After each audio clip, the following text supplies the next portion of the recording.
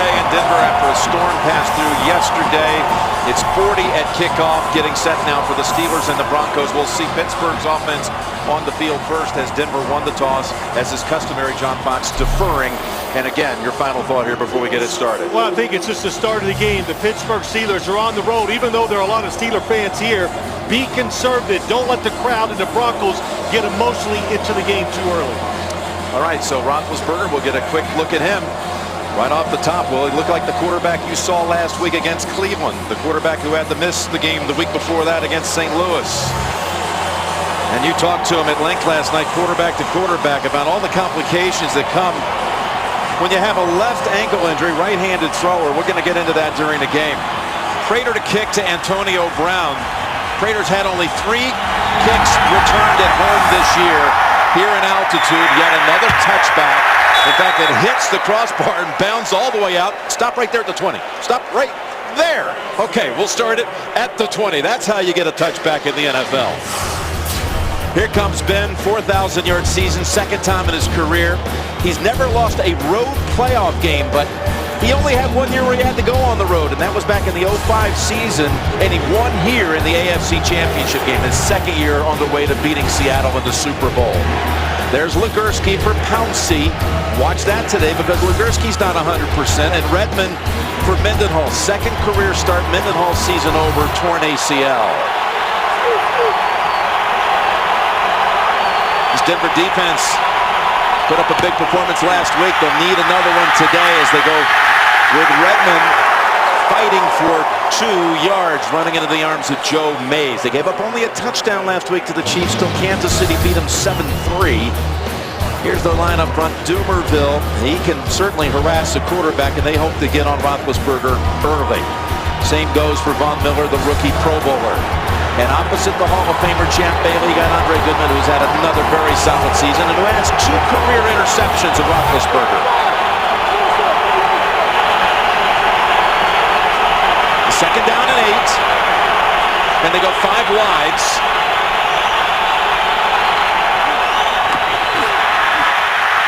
Roethlisberger launches it long down the sideline and was looking for Wallace.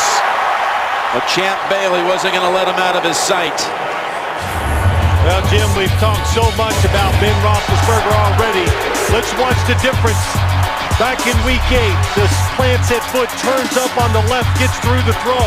Then last week, look how you can see there's less movement with his body. Very careful about putting weight or torque in his left ankle when he throws the football. It's a 3rd and 8. Steelers from the 22. Denver defense moves around Miller and Dumerville to the opposite sides.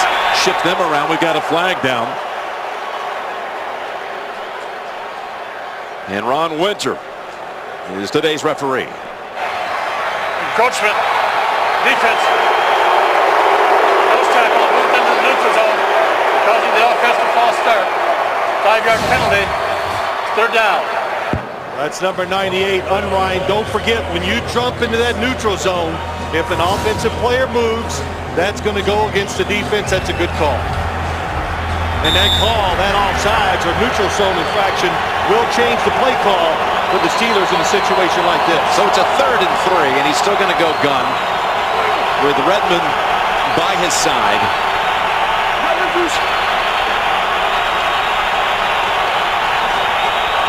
Comes a blitz. Man is open. It's caught by Miller, and he's got the first down. Bounced out by Quentin Carter at the 35, a gain of 8. Tried to blitz him inside. That's where they want to blitz. Look at it. Here it comes. Good pickup by the Steelers. And boy, Ben Roethlisberger got through it, got up on his left foot, and threw a strike. And you talked about it, Jim, and I think that, of course, I did play quarterback in the NFL, talking to him last night. All the problems that I had once when I had it, he said the same things. Yes, it affects my arm. It does get fatigued. First down at the 35. Straight drop. Toss. Open. Miller inside the 40 and down at the 33. He was left alone. Roethlisberger was knocked down after the throw. The completion good for 33. Heath Miller coming across the formation from the left. Here he goes across to the right. It's a zone defense. Nobody follows him down the field. The speed of the outside receivers kept the safety in the corners where nobody could come inside and give them any help. It was Robert Ayers who pounded him into the turf. Well, but one quarterback in this league that can take some hits and not affect how he plays, it's Ben Roethlisberger. 2 straight pass plays to Miller. Sets up the Steelers at the 32, and it's Redmond holding on to it with 2 hands. He fumbled his last 2 touches against Cleveland last week and been pounded about that all week, about holding on to the football. Here's Roethlisberger in his career postseason. For those quarterbacks with at least 10 postseason wins, he's got the greatest win percentage in NFL history with that 10-3 mark.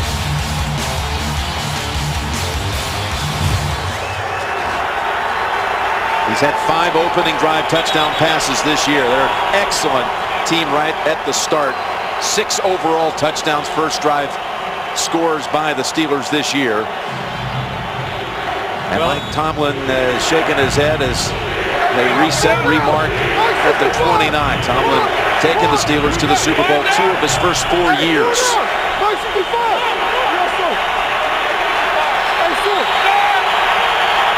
Second down and 7.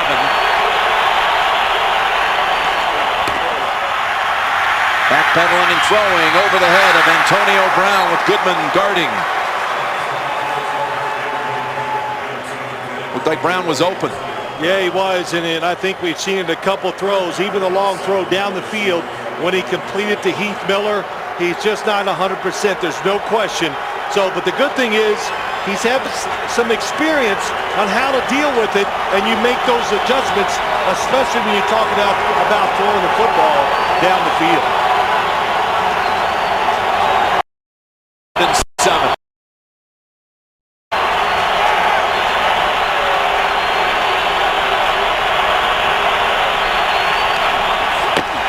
Quick toss. Wallace.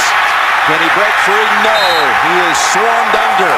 First to hit him was Chris Harris, and the Steelers will have to bring out Sweesom for a field goal try. Well, this is one thing the Broncos know. When a wide receiver goes across the field in formation to make it 3, they say it is going to be a screen. They're all over it. Look how aggressive they are coming towards the football. Good scouting report, good execution by the Broncos defense. Sweesom in his career postseason is only 1 out of 5 on attempts outside of 40 yards. This is 45. Papanos on the hold, and the kick by Sweesom is good. Opening drive field goal set up by a 33-yard pass play to Miller. And the Steelers produce points early. 8-play drive for Pittsburgh and a 45-yard field goal by Sweesom. And Roethlisberger. What did you think right out of the top? Well, it's a great start for him, Jim. Get your confidence going, throwing in these kind of situations, dealing with that ankle. That's Willis, 9 yards deep, thought about it, and takes a knee. So Tim Tebow comes onto the field. Right now carrying a 3-game losing streak. First time ever in his decorated career he's lost 3 consecutive games. Sets a Denver quarterback rush record by a mile this year. But again, in recent weeks, it's been a real struggle. Got a change at right guard with Chris Cooper out for the season with that leg injury last week. Russ Hochstein is the right guard, and there's McGahee, who had his 4th 1,000-yard rushing season of his career. He's the only Bronco, by the way, in uniform today who's ever scored a touchdown in a postseason game. They come out with 3 wides and shotgun formation, and Tebow keeps on the first snap for Denver and manages only a yard. William Gay is there. Woodley also. And that defense of Pittsburgh is the #1 defense yet again. Dick LeBeau does it again. He's got Brett Kiesel, who comes from this Rocky Mountain area. And Woodley and Harrison, they have not had that many games this year where they've both been on the field at the same time. Last full game they played together was October 2nd down at Houston. And Ryan Monday in for Ryan Clark. You saw the story on the NFL today. Blood disorder for Ryan Clark. And they're going to keep him on the sideline today. A second down and 9. And the ball is out. fallen on by J.D. Walton. Polamalu came in there and stripped it from McGahee. Jim, you're right. Troy Polamalu, he will guess, but his timing, 43. Watch, it comes across the formation, finds a little gap, and gets that hit along with Monday. How about that? Both safeties that close to the line of scrimmage.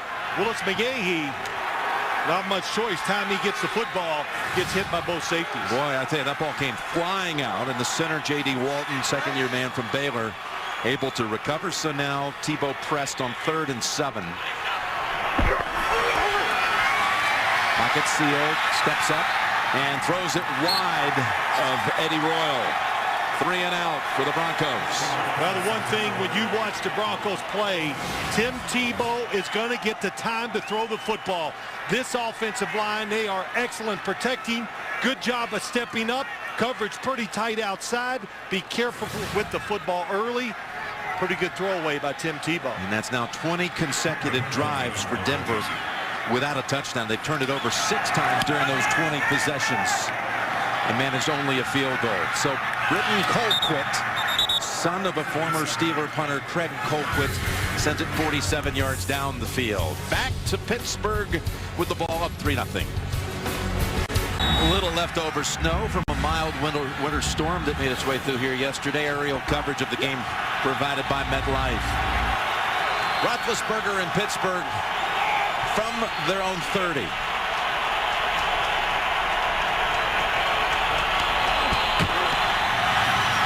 Going again. And a hookup with Wallace, who had 3 or 4 yards off of Goodman. Picks up 17. Well, that's an excellent route by Mike Wallace to the outside. You're worried about his speed, and this is we saw this last week on the other side. It was Dwayne Bowe doing it against Champ Bailey. So the Steelers got some information from that Kansas City offense. You worry about him going down the field. That's what the Denver Broncos defense said. He's going to go deep or deep across. That time he ran a beautiful route. They've got 3 tight ends, 2 of them in fact lined up in the backfield. Deep back is Redmond on 1st down, and Isaac, the second-year back out of Bowie State, is able to take it for a couple. That first series, Roethlisberger was throwing it with a lot of zip. Well, he did down the field. Probably had out and up the first play of the game, but the throw we just saw him make to Mike Wallace, Jim, that was the best. I'll say this now: the Steelers think the corners for the Broncos study a lot of tape. They know some of our tendencies. They're going to try to break them. That's why you saw an out and up the very first throw of the game. Ben's already thrown for 60 yards. He's got a 2nd down and 8. And again, the quick toss. It's Antonio Brown. And again, Harris over there manning that side. Puts a stop to it after 5 yards. Well, that's it. You see an unusual formation, 4 guys together. The first thing I think when I watch the Steelers, that's got to be a screen to either Mike Wallace or Antonio Brown. And of course, the Denver Broncos know that. The Broncos on defense, it didn't work the first time they blitzed. They want to push it up the middle against Ben Roethlisberger because he can't move around as well. Again, they switched around sides for Miller and Dumerville on that defensive lineup for Denver. 3rd down and 3, Pittsburgh on the Broncos side of the field. Flings it and incomplete. Jericho Cotchery was the intended target. Hey, something they do very well coming from your left side. Here comes Jericho Cotchery. Nobody covering him. And then on the outside, you got Marcus Gilbert against Elvis Dumerville, who a couple years ago, Jim, got a lot of sacks from the left side of the defense. That's a rare drop by Cotchery, and it would have been easily a 1st down and more. Eddie Royal, fair catch at the 11. Taking the punt of Kapanos, which traveled 35 yards. Tebow and the Broncos did not manage a 1st down the first time they had it. We'll see possession 2 in a moment. Casey Hampton, they say he tweaked his knee, so he's sidelined at the moment. Steve McClendon takes over at the nose. 3-4. 51.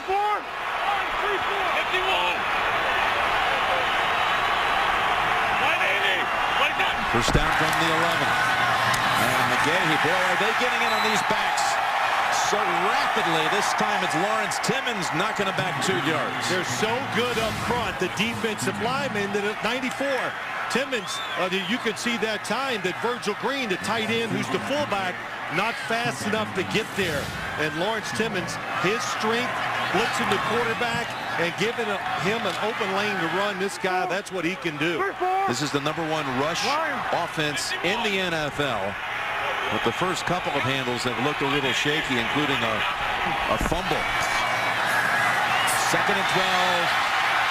Tebow somehow able to get out of it, fires it down the field, and he had a man there who was a step behind Polamalu, who was playing the pick. Dante Rosario was the receiver. Good job by Tim Tebow getting away from the rush, and that's what he does well. Boy, James Ferrier closing quick, and Troy Polamalu kind of loses sight, misjudges the football, and that's close. That's the kind of long game breaker you said that Denver really needed to get one early. Nothing changed with John Fox after the game against Kansas City. He goes, all we need to do, we ran it well, we just need to hit that big pass. Now on 3rd down and 12. Eric Decker in traffic fighting for the first, and they'll come up about 3 yards short. Nice safe play. It really was. That's what you want to do coming out of the end zone. My question is, why not do that play on 1st down? Get the wide receivers involved in the game faster. Give Tim Tebow some confidence. You know, I know it's a screen pass, Jim, but man, you know, you go, well, I completed one. That feels good. They called quick for the 2nd time. Some serious hang time. Antonio Brown. He had a Bronco right on top of him. Raphael Bush still held on. 49-yard punt by the Broncos. Today at Loveland Ski Area, Bronco fans taking to the mountains after 7 to 9 inches of snow. Much needed around these parts from Colorado to Utah. Hey, lefty, lefty, lefty, lefty.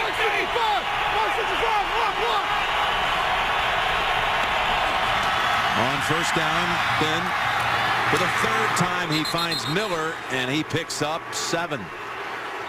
Ridden out by Von Miller. Good. It's a blitz by the Broncos defense. That's why Ben Roethlisberger changed the play, and he knows he has one-on-one coverage to the outside. Good job of getting through the football, getting on top of that left foot.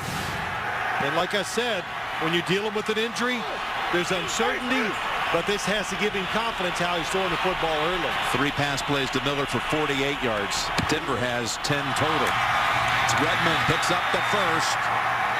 And finally, DJ Williams and Joe Mays tackle him at the 46. 6 picked up on that one.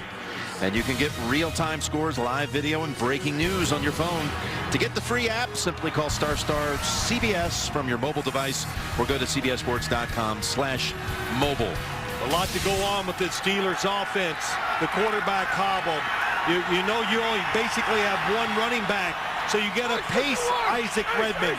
Last week he said to us, Jim, yeah, I got a little tired. You get tired, that might be one of the reasons why he fumbled twice. Come on, move.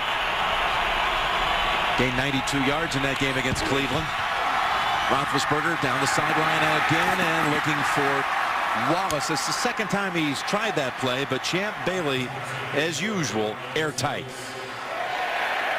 Well, the one thing you always look for it in these older players, top of the screen, and Champ Bailey, I don't know what training regimen he was under this past offseason, but it worked.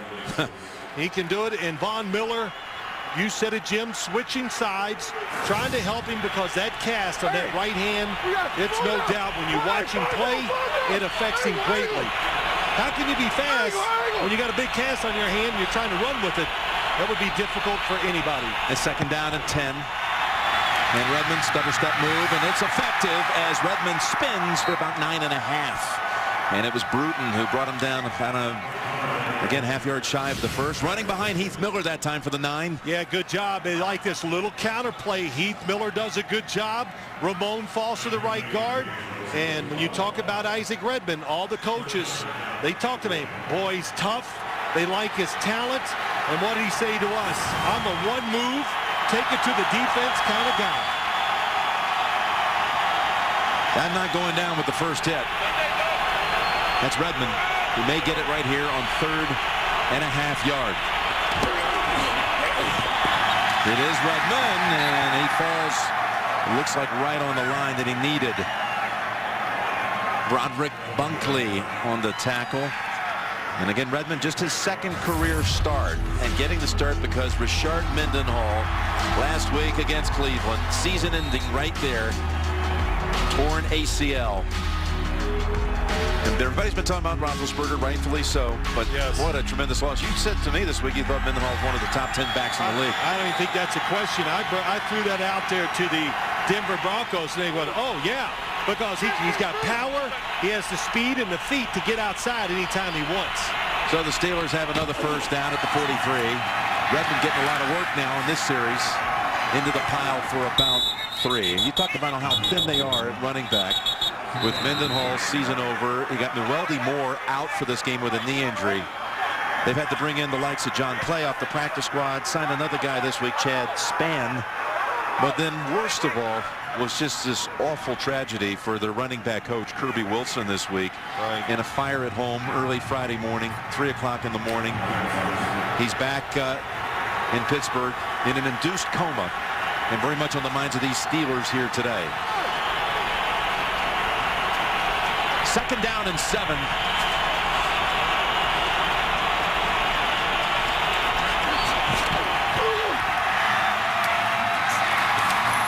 Ball came out as he stretched it out, about a yard shy. Emmanuel Sanders with the catch, brought down by Bush. But it's a complicated week and a heavy heart week too for the Steelers. Here's Coach Wilson, father of 5, and Coach Tomlin, who's gone to see him in the hospital, said, you know, he's probably just an hour away from leaving for the complex. He would be in usually about 4 o'clock in the morning. 4 to 4:30, showed up the complex every day, and you know, I think too, Jim, there's such uncertainty. Nobody really knows the story, what happened and how he got caught in that situation. It's a 3rd and 1, 2 minutes to go first quarter. And Redmond easily finds a little lane and spins. He's big at this spinning move, as you watch the Steelers all season long, and it works. This goes for 13. He's running behind the rookie from Temple, Marcus Gilbert, this time. I like this short yardage running play, Jim, and what they're going to do. Here goes David Johnson. Now go the other way. The linebackers, they're trained, follow the fullback. Uh-oh, you get caught in a little trap block on the backside. Well-designed. Love a little misdirection on those type of plays, 3rd and short, because the defense is going to overreact to the first thing they see. Got to change at running back. Here's John Clay. We just spoke about him. Signed off the practice squad December 22nd. Rookie from Wisconsin, who's a pounder in the words of his coach. Picks up a yard. Again, signed up just 3 days before Christmas. His first NFL carry in the game against the Rams, went for a touchdown. And then last week he got 9 more handles after Mendenhall went out and they had to rotate him with Redmond. Picked up 31 yards against the Browns. Who would have thought he'd be a part of the postseason picture? It really is. You said it. Kirby Wilson, we talked about his misfortune, but the running back situation, Mike Tomlin, Bruce Arians, the offensive coordinator, trying to work this so they don't fatigue somebody because they know they might need them in the 4th quarter. 2nd and 9. Hines Ward shifts out of the backfield into that slot on the left side. Faking right, going middle. He was looking for Hines, and no flag. It's Bruton on the coverage. Hines Ward, who caught his 1,000th pass last week. Just the 8th in the history of the NFL to reach 1,000. Couple things they're trying to do. The Steelers are great. When they see you're in man-to-man coverage, they like unique formations, bunch them up. That time it was 4 to the left. They had Mike Walls to the right on a double move, but they try to create confusion. And when you get receivers together, the defensive backs have to back off of you. That just gets you off to a good start, and of course it greatens your chances of getting open. Big moment here for this Denver defense, needing to hold them to just a field goal. Roethlisberger throws, there was contact, but there's no flag. Bush got tangled up with Antonio Brown, and we'll see Sweesum for the 2nd time here in the opening quarter. Well, what they're trying to do, trying to go outside, a guy coming underneath, and you're right, it's incidental tripping, but that is a lot of contact. So You've seen it early. They're letting the defensive backs have a little contact. Strike zone's been established. Stay with it. He wants pass interference, but it was just incidental tripping down the field. That's the best movement I've seen on that ankle. He went after that official. Said, wait a minute, where's the flag? 38-yard try. Squeeze him. Squeeze him needs a hook. Got it just in time. And Tomlin still wanting to know, why wasn't that interference? Squeeze him good from 38. Steelers this time kept it for 12 plays, and again it ends in a field goal. Redmond doing a lot of the heavy lifting on that one. 6 first downs in this quarter for the Steelers versus none for the Broncos. 6 first downs, 6 points, while the Broncos have run only 6 plays, and that one sails a good 5 yards past the end line. Thursday on CBS, it's time to make some magic with The Big Bang Theory, and everybody's getting into the act. The Big Bang Theory new episode Thursday on America's #1 network. Final 23 seconds of the first quarter, and 10 total yards by Denver through 2 possessions. Chris Clark has come in as an extra lineman for Denver here. Tango.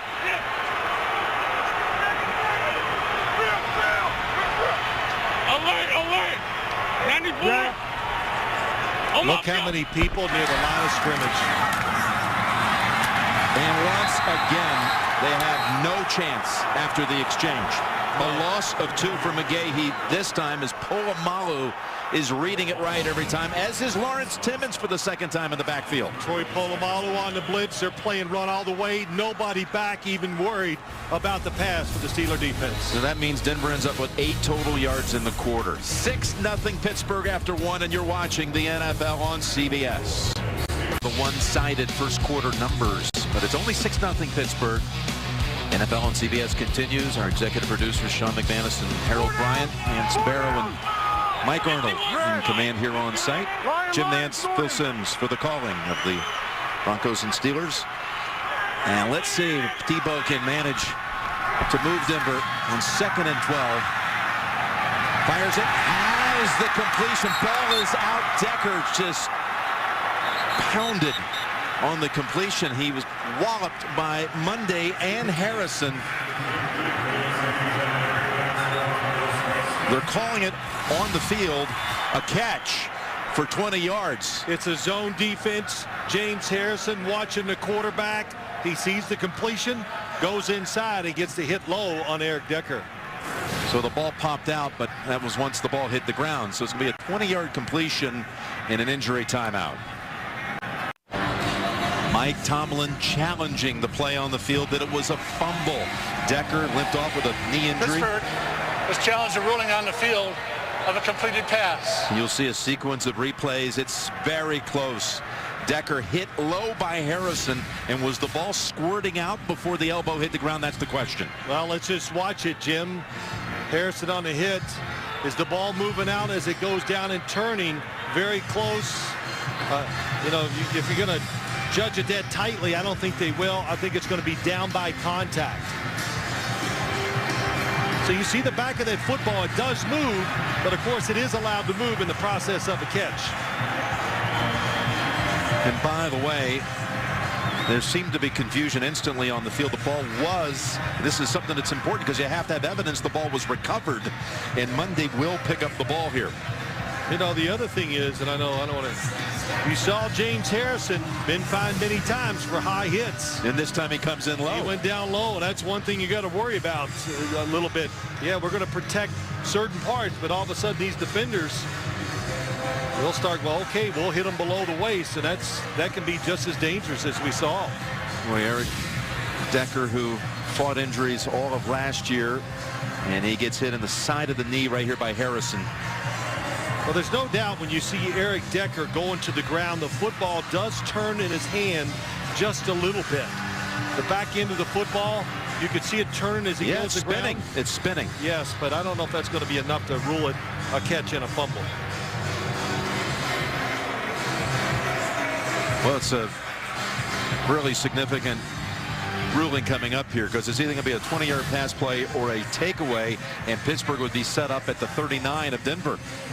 So Ron Winter has made his decision, and now will share it with us.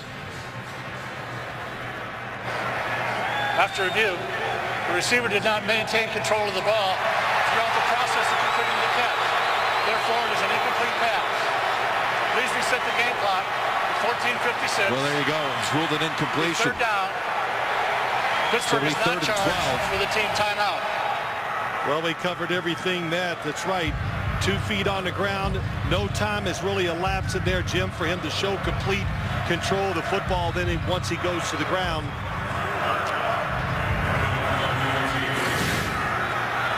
It's a big play against the Broncos, but really a big deal. Eric Decker not in the game. They took Decker to the locker room, and now it's 3rd and 12. Tebow launches the long ball to Thomas. Demaryius Thomas has the catch at the 30-yard line of Pittsburgh. The play they've been waiting for weeks. He beats Ike Taylor for 51. Well, the coverage is very good. Here's Demaryius Thomas. Watch when he goes down the field. All the movement, and Tim Tebow doesn't like what he sees. And you can see, look, everybody's covered as you look down there. But now Tebow says this is what he loves to do. Deep down the sidelines, and the throw is perfect. Ike Taylor's right there. But that football drops straight in there. And a good job of holding on to it. Lance Ball gets his first carry of the game. We'll give him a yard. It's interesting, Ike Taylor this week maybe got a little more attention from Coach Tomlin. He was warning his defensive backs that Denver can lull you to sleep a little bit. You get a sense of comfort. We can't afford to give up a long ball because we know they like to go deep several times in a game. That's exactly right. And he said it, you stop them, and all of a sudden one guy gets behind you, and we're losing the football game. Denver reporting to us that we will not see Decker again in this game with a knee injury. From the locker room, 2nd and 9. And Tebow going to the end zone, and the ball is caught by Eddie Royal. Was he in? Yes! Touchdown Broncos!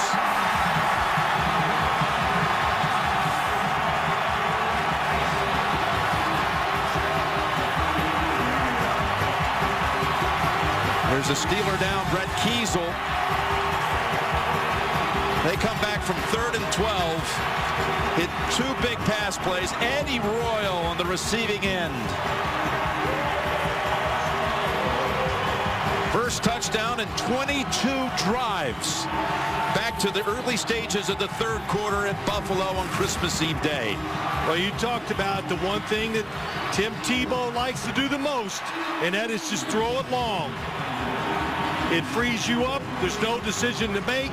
And that time you could see William Gay, number 22, playing the situation a little too much, and he lets the receiver, Eddie Royal, get by him, and a very good throw by Tim Tebow.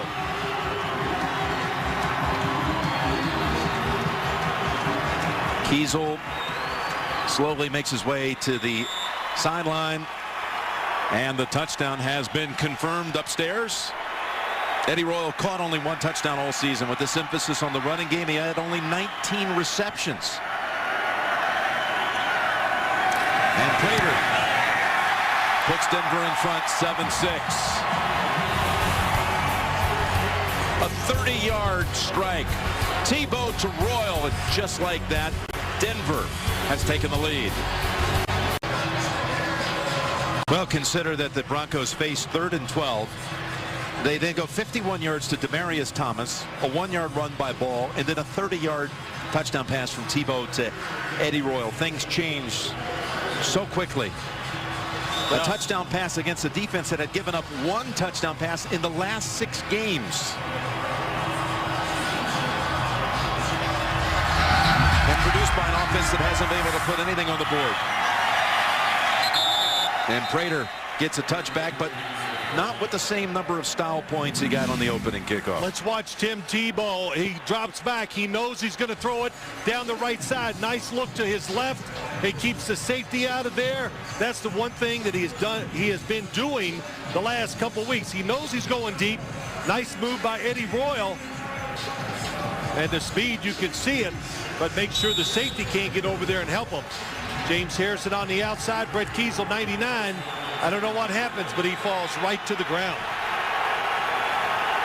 And of course, that'll give Tim Tebow tremendous confidence and John Fox to stay with his game plan. John Clay begins this series as the running back. Brown shifting over to the right side. And dropped by David Johnson. Tomorrow on CBS, the news is back in morning news. Charlie Rose and Gayle King, Erica Hill on the news CBS this morning. It premieres tomorrow morning, and we wish them all the very best. Tomorrow, the CBS Morning News. Isaac Redmond returns.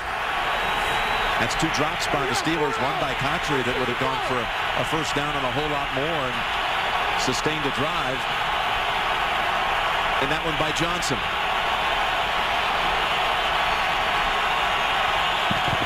Fake the draw. Roethlisberger, he wants a long ball of his own. Looking for Wallace, who has it at the 30 of Denver. I didn't think Ben Roethlisberger saw it in time where he's going to get it there. Mike Wallace just going to run right down the middle. The safety split. And watch how long. Boy, Mike Wallace, you've got to touch him at the line of scrimmage. When you don't hit him, look how fast. Look at the pressure he puts on the safeties. And there's no way you're going to run with him down the field. As Dennis Allen said, the defensive coordinator, fastest group of wide receivers in the NFL. Hold on here. Did he catch it cleanly? Did it come off the ground? Yep. I'm listening to the crowd noise. Denver, the challenger ruling on the field of a completed pass. So 52 yards if it holds up. 1 yard longer than the one to Demaryius Thomas. And there is a challenge. Roethlisberger, Wallace, Bruce Arians, they're on the sideline waiting for the ruling on the pass play to Wallace that measured 52 yards. Is there a little bounce off the ground here? Ball does slip down a little. Look at the left forearm. Doesn't look like it's on the ground there. And then you see the left forearm go under. Tight call. After review, the receiver did not have control of the ball. Therefore, it's an incomplete pass. You take those 52 yards, 20-yard line. Denver take them right back and make it 3rd and 10. Please reset the game clock to 13-14. Jim, you can add that one on. That's 3 drops by the Steeler receivers so far today. And what happened too, Mike Wallace trying to be so careful to catch it into his stomach and get his arms underneath it instead of just being natural and grabbing it like he always would. But he lets it slip through. Completion overruled. Both teams successful on challenges in this quarter. Second quarter is usually been a disaster for Denver this year. But they have a touchdown on the board in this quarter today. And 3rd and 10, and Roethlisberger anxiously resets. And play is dead. I thought I saw a flag. Incomplete instead. Sanders was the target. Great job. He changed the protection, and they're trying to get those rubs. You saw it. And this time, Ben Roethlisberger kind of leans back on his right foot, and it makes him overthrow the pass to Sanders. Barely beat the play clock, but did, and it's another incompletion. Papano's kick to Eddie Royal, the touchdown maker for the Broncos. And he has stood up at the 28 by Ryan Mundy. 62-yard punt, 10-yard run back. Tebow's reaction to the challenge being won by the Broncos, and he leads it, his side 7-6. And the injury bug continues to mount for Pittsburgh. Kiesel, groin injury, questionable to return. Hampton has not come back since tweaking a knee right at the start of this game. Well, we have a totally backup defensive line when you look at it, Jim. Aaron Smith they lost a while ago, but Kiesel, Casey Hampton, those are the three starters. And you're looking at Cameron Hayward, their rookie first rounder out of Ohio State, taking the spot of Kiesel. Four down.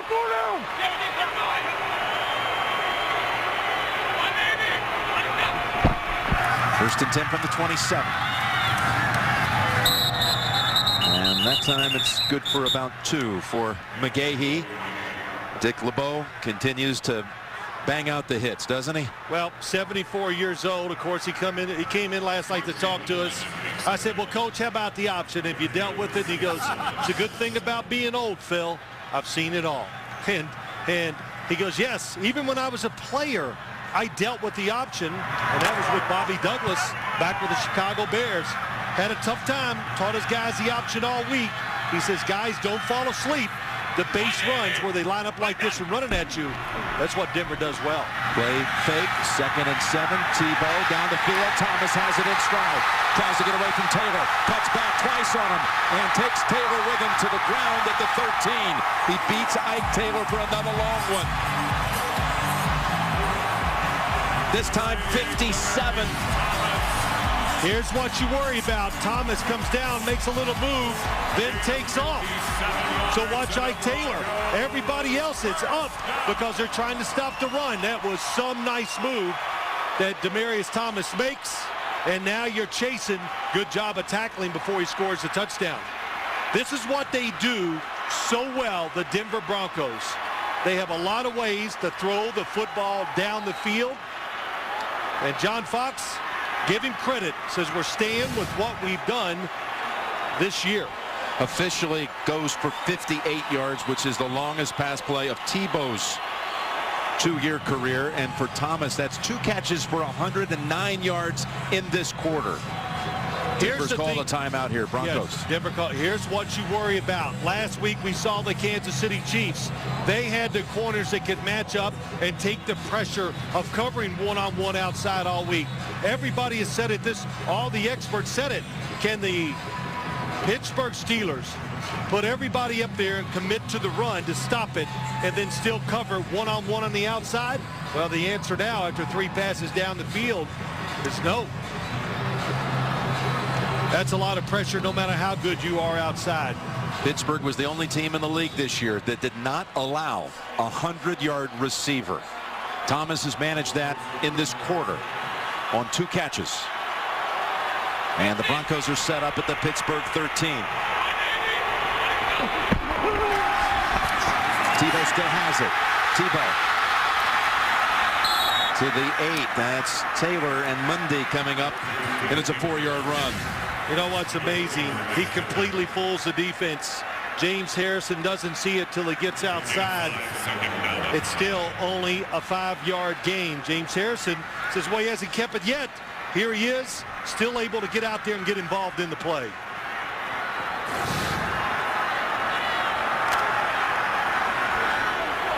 Four down. 147 yards in the quarter after a mere 8 in the first 15 minutes. Always have to be alert for quarterback runs inside the 10. 2nd and 6. Tebow, there he is, taking off Phil. He's got the first down, he's got the touchdown. Tim Tebow takes it across, and the Broncos have a 2nd touchdown of the quarter.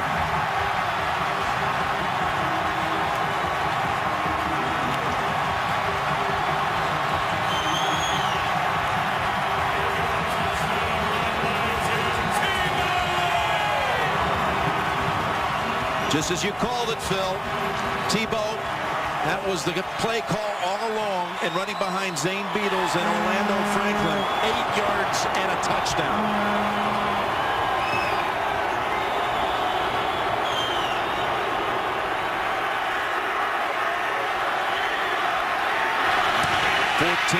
(14-6). Steelers' #1 scoring defense in the NFL. They allow only 14 a game. Well, let's watch what happens. You spread them out, and then watch, you said it, Jim, watch Zane Beadles lead up in there. Good fake by Tim Tebow. He just looks like he's going to throw the screen, and look at 68 leading him up through the hole. And, man, when the big guy gets all that steam going, 245 pounds, it's a fullback running the football. And how about Orlando Franklin, number 74, right tackle, getting down the field, getting a good block, too. That is excellent blocking. That's what they do best. They double team. Zane Beadles, the left guard, is an excellent puller. And when you're down there and they spread you out, you got to think quarterback run first and foremost, and then react to the pass.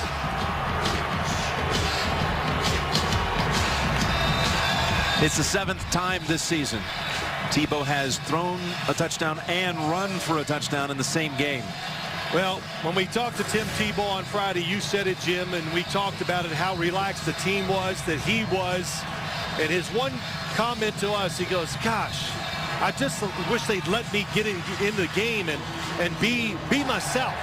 And, of course, what he means by that, I want to throw more, I want to run more, I want to run the offense that I ran down in Florida. He really felt in the Kansas City game that he never got in rhythm in that one. Well, he didn't. There's no doubt about that. He's a 6 for 22 throwing. Different story today. 14 points in 2 minutes and 48 seconds. He's trying to do it again. I don't know. I'll give the other one a 10 that bounced down to the 20. Not as many style points on this one. NFL Films. They call it the playoffs. You'll see the coldest, the dirtiest, the longest, the greatest playoff games ever. Steve Sable's crew from NFL Films will have that special for you next Saturday on CBS 2:30 Eastern Time. Congratulations to Steve. We send him best wishes. Just recently inducted into the Sports Broadcasting Hall of Fame last month in New York.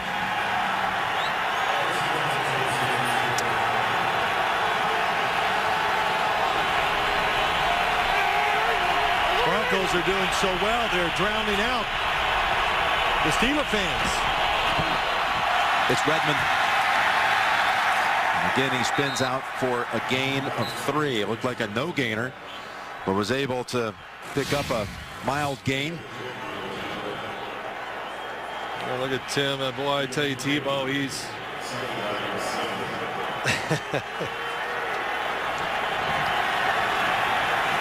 Well, it's an emotional game, and right now the emotion, without a doubt, is on the side of the Denver Broncos.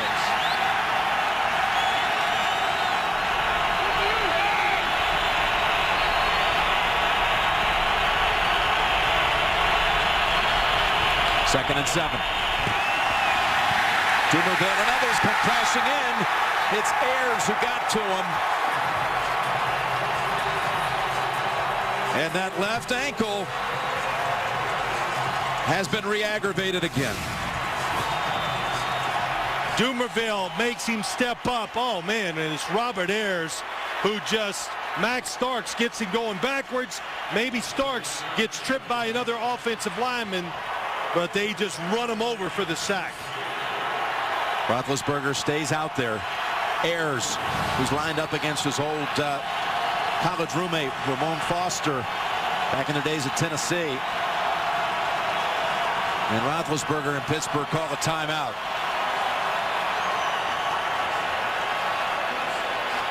Well, you watch Ben Roethlisberger walk to the sideline, there's no doubt. You can see how much that ankle's bothering him. That injury occurred right here in this game, week 14 against Cleveland. Played in the game at San Francisco. He told us, been talking about that a lot. He shouldn't have played in the game against the 49ers. Missed the game against St. Louis. Was back last week against Cleveland. Well, too, you know, look at those shoes. You see he's got a yellow shoe on the right foot. That's a size 14. That white and black shoe on his left foot. The ankle that he hurt. He has a brace on his ankle. And he has a one size bigger shoe on that foot. That's a size 15. Yeah, 15 on the left foot. He says the swelling, the doctors tell him it will not go away until April or May. The third down and 16.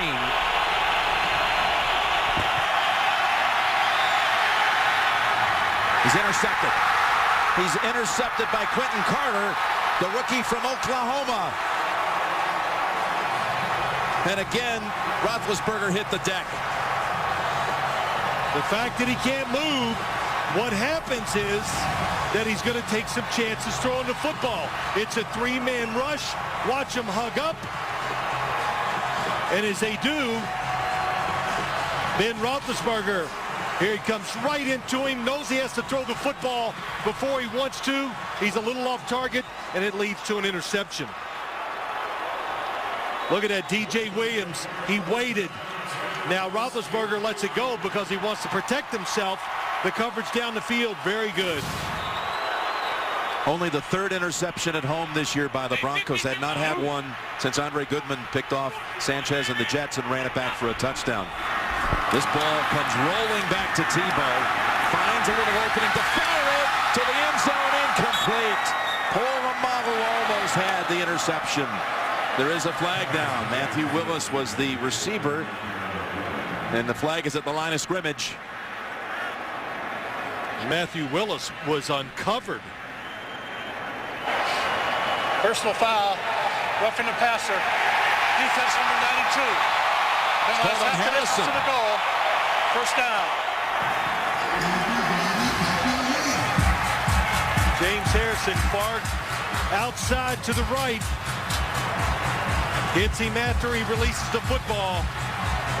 Here goes the throw. And that's a good call. James Harrison had time to pull up. But look at Willis. Troy Polamalu did a great job of coming out of the middle after seeing the football thrown and breaking it up, stopping the touchdown. The penalty spots the football at the 9. They brought in Tony Hills, a former Steeler lineman, for 3 years. And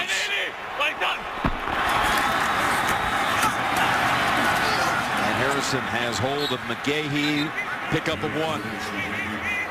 So they're bringing in extra offensive linemen, the Denver Broncos are, because, you know, John Fox kind of laughed at us and he goes, hey, Lamar Woodley, James Harrison, those are pretty big outside linebackers. I don't think I want my tight ends trying to block them all day. Good strategy by Mike McCoy, the offensive coordinator. Don't get overpowered, overmatched on the edges. 2nd and goal from the 8. Empty backfield.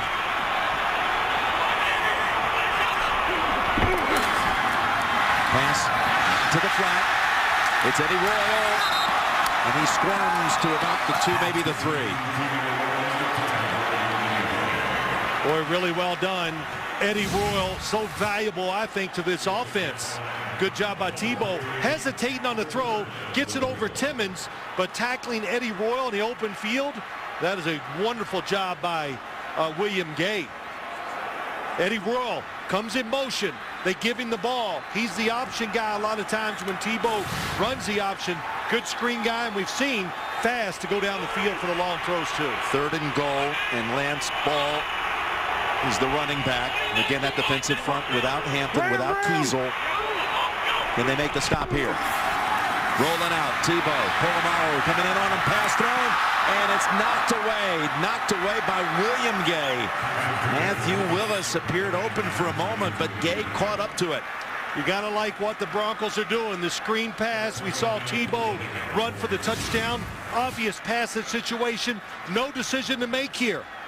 Let the slot guy, one-on-one coverage, have all that room to make the throw, move the quarterback. Hard to make a big mistake in a situation like that. Good job by Gay again. It'll be a 20-yarder for Prater. What a season he's had. A pair of 59-yard field goals, 4 game winners, and now good from 20. Prater, who took over the job a couple of years back from Jason Elam.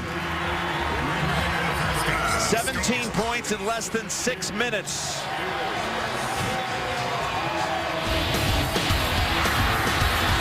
Well, this is the offense that the Denver Broncos envision. Let's run it, or the team, I should say, they envision. Let's play it safe and we throw it. Let's look for big plays down the field. And inside the 10, we know about the running quarterback. But John Fox, after last week, You know, I like to listen to a few things and read all the stuff that's going on every week. And everybody said, hey, the Broncos have to open it up. And I'm not saying I wouldn't have been one of those guys, but we talked to John Fox. He goes, I have to go change this week, coach? Get Tebow in the game, give him some easy throws? No. We're going to play the same style we've been playing since Tim Tebow took over at quarterback. Defense, run the ball, special teams, field position, and then when we throw it, let's make the big plays down the field. Coach Fox, who has ties to the Pittsburgh Steelers. He was an assistant there for 3 years. After serving 3 years as an assistant at the University of Pittsburgh, he got an interview with Tom Donahoe, a couple of interviews with Chuck Noll. But by the way, Coach Noll celebrated his 80th birthday on January the 5th. And there is young John Fox when he was with the Steelers back in the late 80s. What did he say he learned from Chuck Noll? To keep everything on an even keel. I'm not going to say John Fox on the sideline is Chuck Noll, but he tries to keep everything on an even keel when he makes decisions about his football team. And Prater sending another touchback bound ball through the end zone. So just to finish that, he did say, please pass along to Chuck Noll. Best wishes. He got me my start in pro football, 89, 90, and 91. And happy birthday, Coach. So Roethlisberger, he's taking a pounding again, Phil. Well, he is, Jim. We've seen a couple really big hits. And that time Ayers just overruns the left tackle. And then that time protected himself, caused him to throw an interception. Those are the things that worry you about Ben Roethlisberger. The fact that he can't move when somebody blitzes him, there's nothing he can do to get out of the way. He's missed on his last 6 throws. And a flag down the line of scrimmage, and the ball's intercepted by Goodman. Goodman juggled it, made a beautiful play, and has the pick at the 35, but we'll check the flag. And they think the Broncos might have been offside.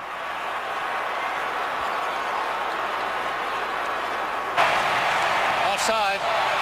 Defense number 92. 5-yard penalty. Repeat first down. Elvis Dumerville,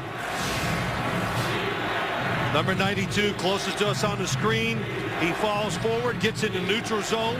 The interception happens. Andre Goodman and Ben Roethlisberger, I don't blame him. Be upset. The receiver stopped. Let the defender cut right in front of him.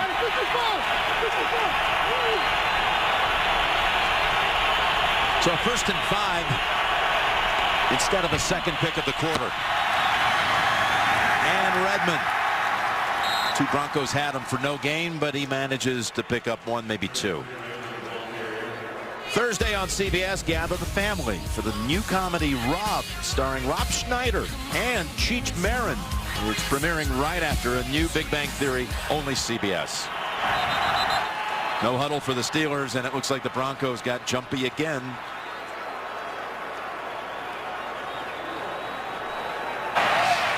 Encroachment.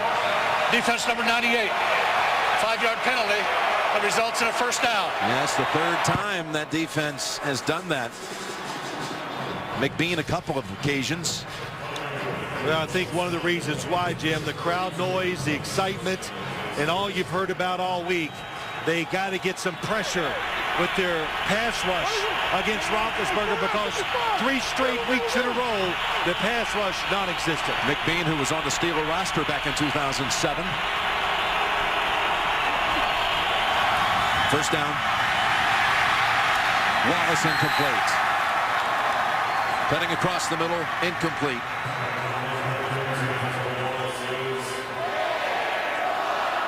Well, that's a really good job. The pass rush, very disciplined.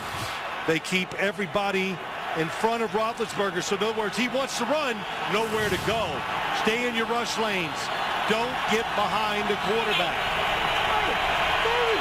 So Roethlisberger misfiring on his last 7. That's the longest postseason drought of his distinguished career.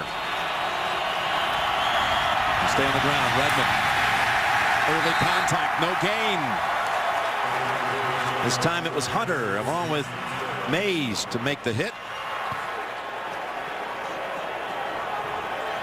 I think what we're seeing in this game right now, the emotion for the Broncos. We're seeing Ben Roethlisberger, that ankle does not have the ability to move, to make the plays that the Steelers are so used to. And maybe most importantly, haven't seen any wide receivers for the Pittsburgh Steelers just run away from the coverage guys outside. 3rd and 10. And a timeout by the Broncos.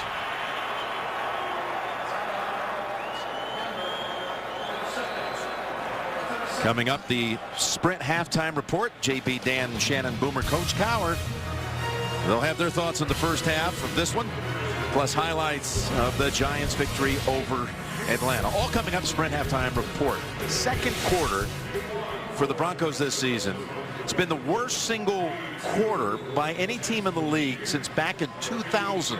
Point differential minus 121. However, today 17-0. Well, John Fox got on the sideline and said, hey, guy, it's still the first quarter. You know, nothing's changed. First quarter, let's go. And they believed him. They only won this quarter, the second quarter, one time the whole season did they outscore an opponent. That was at Kansas City. What I was interested too in seeing today, though, Jim, Chris Harris, the extra defensive back for the Broncos, Champ Bailey, Andre Goodman. That's a pretty good group of three. Could they cover the 3 wide receivers for the Steelers? It's a lot better matchup than people, I think, gave this defense credit for. 3rd down and 10.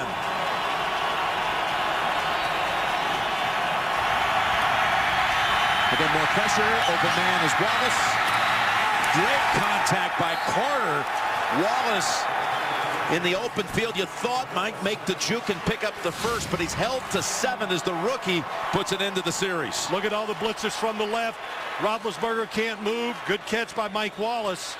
It's what you call blitz, but everybody behind is playing zone. So they saw the throw, they reacted, and a good job by Carter making a rough tackle. And again, that Bronco defense without the services of Brian Dawkins, that neck injury has him inactive again. Papanos' punt picked up on the hop by Royal. And Royal is able to gallop across the 30, hit by Stevenson. Sylvester, 48-yard punt, 19-yard return. Well, the AFC playoff picture, the winner of this one is heading to Gillette Stadium in a matchup with the #1 seed, the New England Patriots, next Saturday night, while Houston and Baltimore are all set to tangle next Sunday.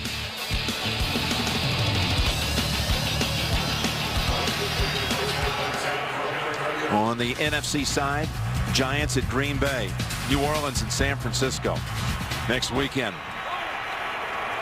So 5 minutes to go, first half. The Broncos go up the middle with McGahee. McGahee's had 10 career matchups against Pittsburgh. Many of those coming in the double matchups each year with Baltimore. He's had 5 starts. He's never had a 100-yard performance against the Steelers. The biggest rush performance he ever had was 79 yards when he was a member of the Buffalo Bills going against Pittsburgh back in '04. I'm trying to think when the last time the Steelers did not have a good run defense, Jim. Actually, this year you go, wow, this is a down year for their run defense. It's only 8th in the NFL. It matched up with a #1 pass defense. #1 overall defense. Rolling out. Lobbing it down the field. Open man at the 35. It's his tight end, Daniel Fells, and they've hit another long one in this quarter. This is a play that they put in that they couldn't wait to run. Here comes Fells. Usually the tight end goes all the way across. He comes across, breaks up the field. It's a new look, so they're not ready for it. Troy Polamalu jumps the in cut. That's what they were counting on, that he would overreact, look to cut off the receiver going across the field. You saw Fells watching Troy Polamalu and made the move up the field. That was excellent play design and tremendous execution. And it goes for 40. Tackled by William Gay at the 25. And a whistle. You know, Tim Tebow came into our room on Friday. Delay a game. Offense. 5-yard penalty. It remains first down. And you remember I said to him, I said, hey, when am I going to see some of these plays I've been watching in practice for the last month in the game? Because we saw this play, we see some of the flea flickers, everything. Well, today we're seeing him finally. By the way, we were at practice on Friday. All you've been reading about all weekend is how he shared snaps with Brady Quinn in practice on Friday. Wasn't the same practice we were watching, was it? I saw Brady Quinn take 2 snaps, which apparently is what he does every Friday afternoon. But 1st and 15. Up the middle, stretching it out, trying to get 6 out of it is McGahee. And James Ferrier gets credit for the hit. But I've watched all the plays, Jim, that go against the norm. Just like the one we saw to Daniel Fells. The tight end always runs across the field on the play action where the quarterback boots to the other side. Well, Troy Polamalu diagnoses it. He reacts. They were counting on that, and they got a big play out of it. Inside of 3 minutes. In the second quarter. And a 2nd down and 9. Big running lane. 1st down at the 12. McGahee with a burst that time. Picks up 12. This is a big, aggressive offensive line, and they can wear you down. And that time what we saw, McClendon couldn't get off the block. The linebacker, Ferrier, misses it, can't make the tackle. So they keep running the football. Troy Polamalu getting the tackle on McGahee, but they run it so much, it can tire defense out. Clock's going to run down to the 2-minute warning. And Denver has a 1st and 10 at the 13. Leading it 17-6. And you're watching the NFL on CBS. The legend and the executive vice president of football operations of this week implored Tim Tebow, pull that trigger. Well, he listened. He's pulling the trigger. And the opportunity is there. They are making the pass plays, no doubt about it. At the 2-minute mark of the second quarter. 1st down from the Steelers' 13. McGahee tumbles to the 10. William Gay on the hit. You brought something up I thought that was interesting this week. Everybody in the NFL, when you play the Broncos, you go, okay, we're going to get up there and stop the run. And you talk about it and all that.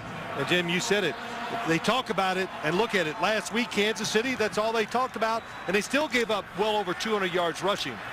This offensive line, they are an excellent run-blocking group. They're aggressive, and they're athletic. That's why they can get it done. And going against a depleted defensive front with Kiesel and Hampton both already heading to the locker room. And Clark out today as well. 2nd down and 7. And Tebow guns it at the 5. It is dropped by Thomas.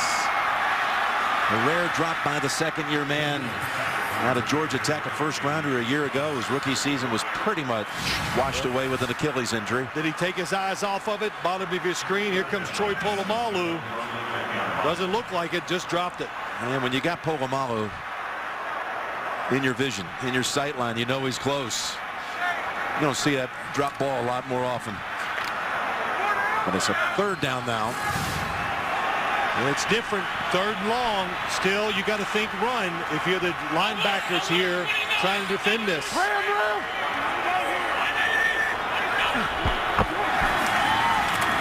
Short drop back, now roll out.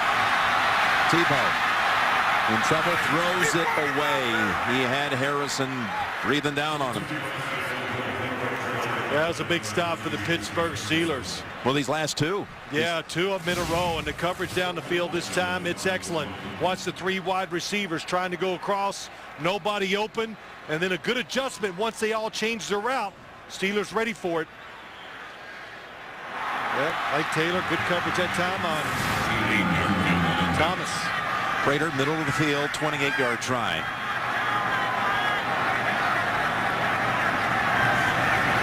Colquitt on the hold. Ronnie Paxton snaps it back, and it is good.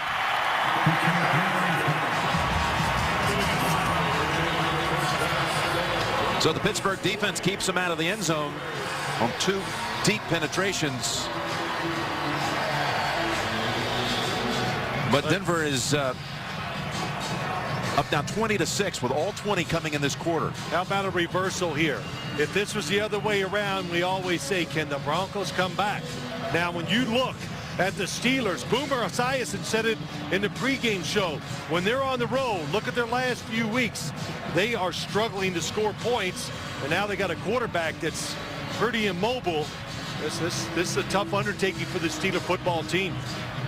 Well, you mentioned Boomer. We'll be interested in hearing his thoughts, along with JB Dan Shannon. Coach Coward will be heading back to the Sprint halftime report shortly, plus their take on the Falcons-Giants game from earlier today, all coming up on the Sprint halftime report. You saw John Elway a moment ago. Roethlisberger wears number 7 because Elway was his idol. Yeah, he wanted to be a quarterback who throws it down the field, and of course the mobility, there are similarities there, no question.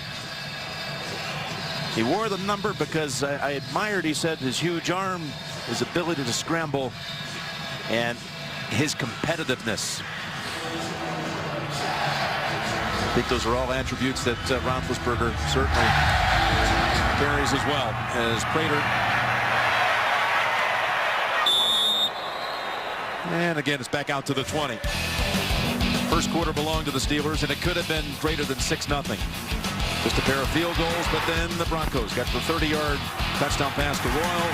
Tebow from 8 yards out, then an interception, setting up a Prater field goal from 20, and then another one from 28.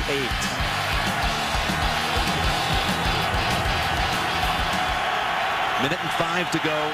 Steelers have 2 timeouts.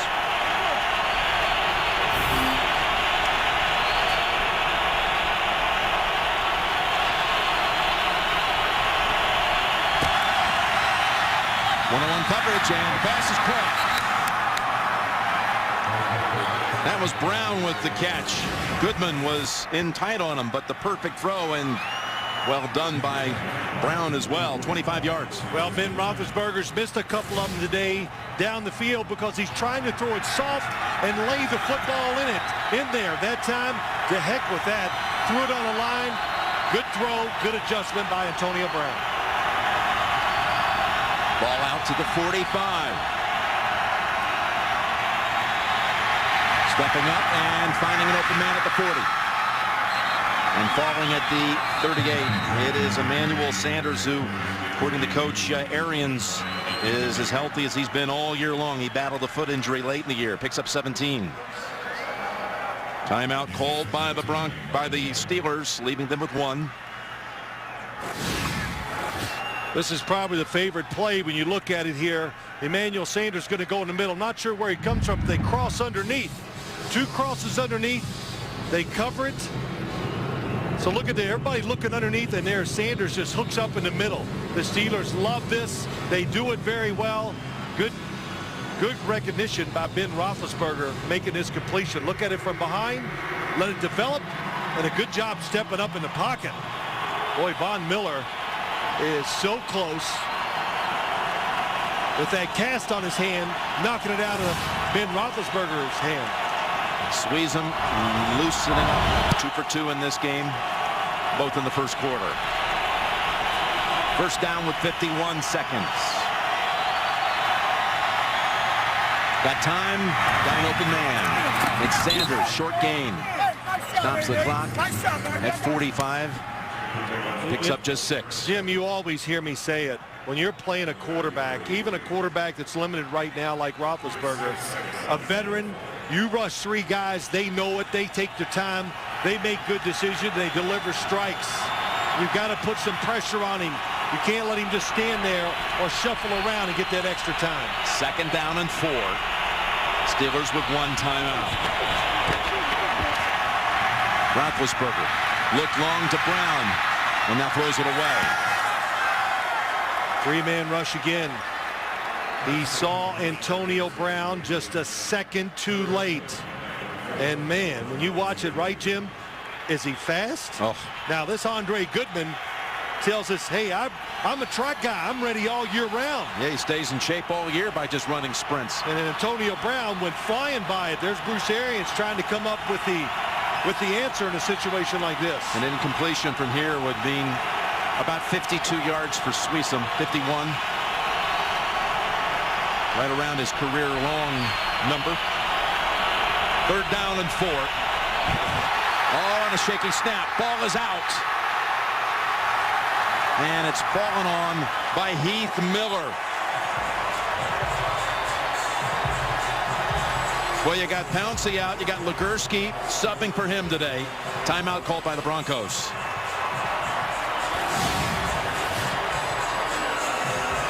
It just comes so fast. Could be for the fact that there was a defensive lineman on Legursky right there. I don't know what he was worried about. It was another three-man rush, but it's a good job recovering it. By Heath Miller. Heath Miller, excellent job. That is tough when that football's bouncing around. And Jim, good timeout by the Broncos. Otherwise, the clock goes down. The Steelers could have waited and said with 3 seconds to go, they could have called a timeout and tried to throw a pass or something down the field on the last play of the first half. And that lost 23 yards. Very good strategy by John Fox. Ben calling Pouncey his security blanket. Loves Legursky, who subbed for him in the Super Bowl. And what's happened also with a healthy Pouncey, having Legursky on right guard. Not the case today. Sliding up to make the catch. Dangerous moment there for Eddie Royal. But has it at 23 seconds. 39-yard punt by Capanos. That was a big snap.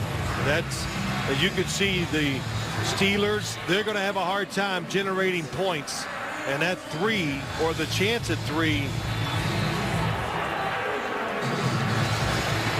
just another opportunity lost for what they're doing. Expect anything here by the Broncos, who have hit 4 pass plays of 30-plus yards in this half? Well, if it's me, I'd kneel on the football. That's what they're going to do here with Thomas back deep. And then, by the way, they're going to receive the second half kick. They did defer. So they go to the locker room with a 20-6 advantage. They not only win the second quarter, they dominate it. Only the second time all year they had the better end of it.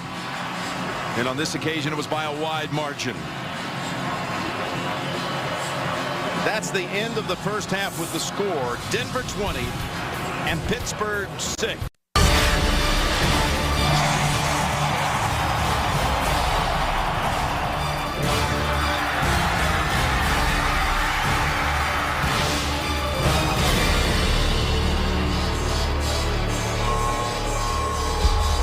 Well, a 5-star performance by the Broncos in that second quarter to lead it 20-6. Let's take a look at the Droid Razor play presented by Motorola. It was the Broncos' touchdown. Just 2 plays after Tebow found Demaryius Thomas for 51 yards. It was 30 yards to Royal to take the lead at 7-6. And that lead has swelled now to 20-6 as Sweesom gets ready to kick it toward Matthew Willis. The tale of the 2 quarters. The Broncos managed only 8 yards in that first quarter and no first downs. The most points in that quarter in some 64 games for the Denver side. And this is not going to be returnable either. So, as we get the third quarter started, you could hear the guys back in the studio. Some of the thoughts about the second half. What do you expect here? Well, I did hear their thoughts, and did you ever think we would say this? If the Steelers can hang in there, how about that? Right. And I really mean that. The defense, 2 big key injuries again here in the first half, and the fact that we've seen their offense struggle, getting open. The guys talked about in the studio, they're not shaking loose, and Roethlisberger cannot move at all. It's a handoff up the middle. And that is McGahee for 5. Roethlisberger threw it 23 times in that first half. Was picked once by Carter. Tebow had 5 completions. You're going against a defense here that gave up the fewest 20-yard pass plays in the entire league. But he had 4 throws that went for 30 plus, including 2 over 50 to Thomas. Wide open on the pitch to McGahee, and a first down bumped out by Monday. And as you look down on the field, the Steelers come out here third quarter again without Kiesel or Hampton on the field. Good job down the line of scrimmage. James Harrison, he's caught, and a good block on the outside. They get Lawrence Timmons knocked down. And the Broncos are one of the few teams, they look at the pictures, they know they're going to be confused by defenses. They come out because they're going to play them differently because of the option. They make adjustments at halftime. I think we just saw one right there. McGahee now 41 yards on 11 rushes. Tebow Fires it incomplete. It was going to Thomas. There is a flag.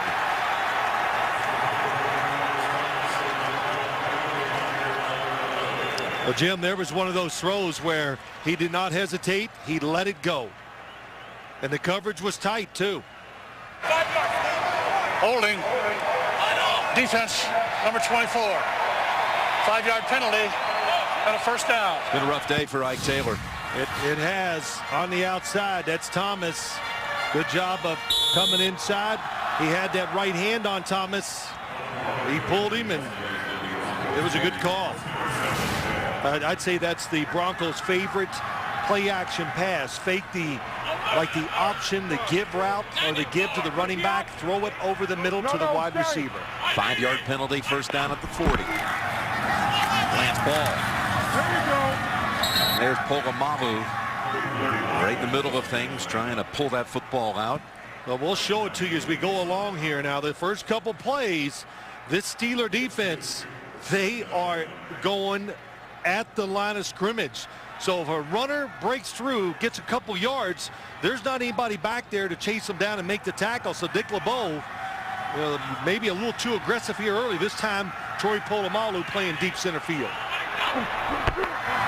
Second down and 8. And that's a first down for Roy. At the Pittsburgh 45. Good for 13. The one thing that happens when you play against this offense, you're so worried about the run.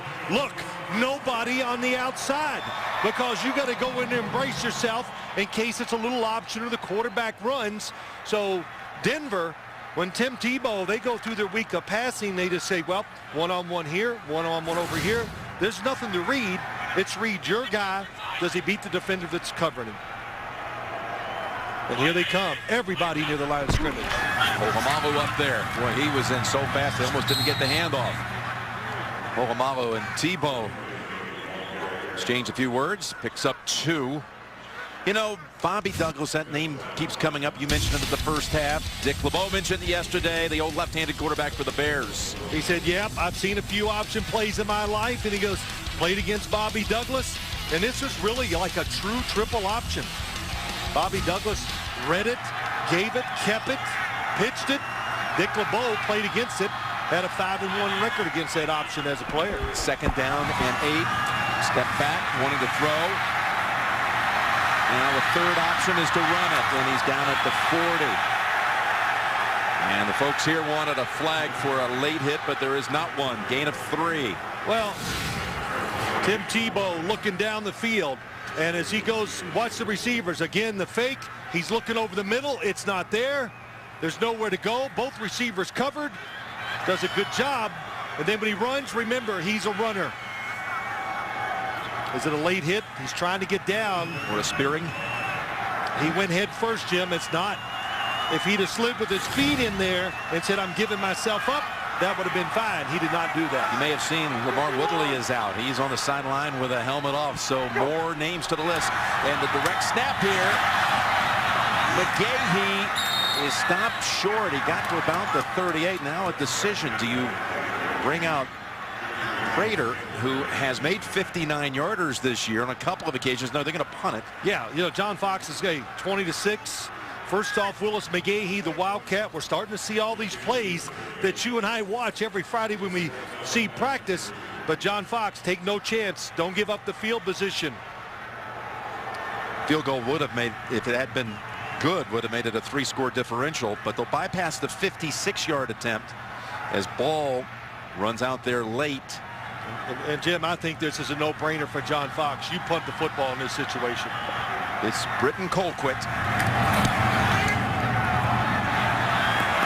Willis is there to cover it up, and he bats it out of bounds.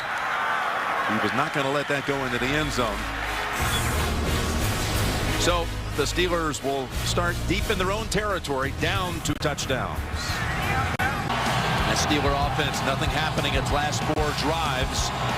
The most experienced playoff team in the NFL by games cumulative. 292 games by this roster. All that experience, though, must be called on now. Down 20-6, third quarter.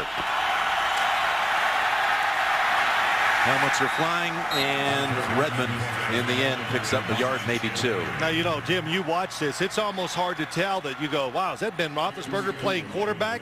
Because the Broncos, they act like it's they're going against their own offense. They're crowding the line of scrimmage. They're saying, we're not going to let you run, and we dare you to throw it. So we made a big deal out of Ben Roethlisberger's ankle injury. I think it's real. You know, we see now how much it's hampered him. Got a flag here. It's going to be a substitution penalty, I believe, on the Steelers. 12 men in the huddle. Offense. 5-yard penalty. Remains second down. I heard him saying at halftime, too, about Roethlisberger and how he was used in the late season, playing the game at San Francisco, sitting out St. Louis, playing against Cleveland. Perhaps had he just taken those last 3 weeks off. Of course, they were battling for the division, battling for a home playoff berth if somehow Baltimore had stumbled. We asked Mike Tomlin that exact question. First one, he says, I'd do it the same way again. We don't live in our fears. We live in our hope. They wanted that bye week. They were willing to take that chance. They've got Contry and Wesley Saunders in as receivers. Set up screen. And that's Heath Miller out to the 20. Good for 10. Really good job. They fake it to the left. 3 wide receivers.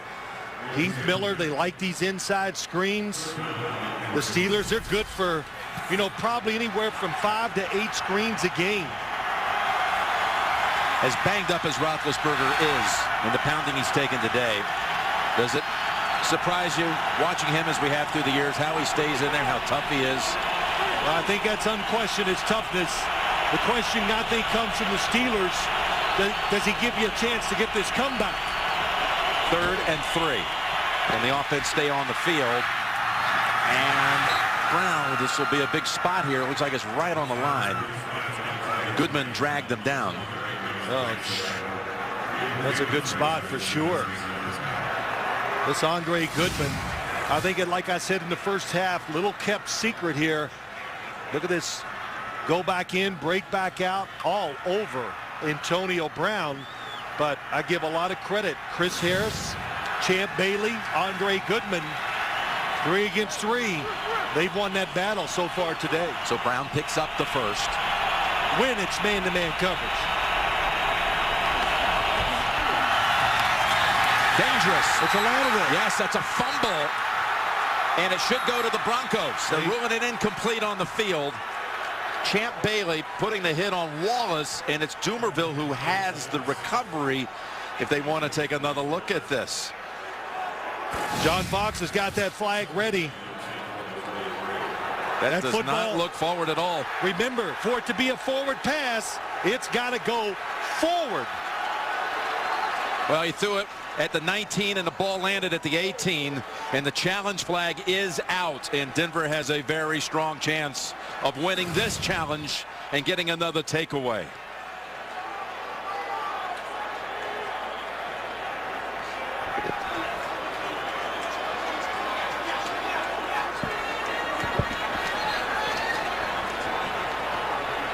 It's a long discussion, though, with Coach Fox about the challenge flag. And what about the whistle, though, on the play? Let's listen in.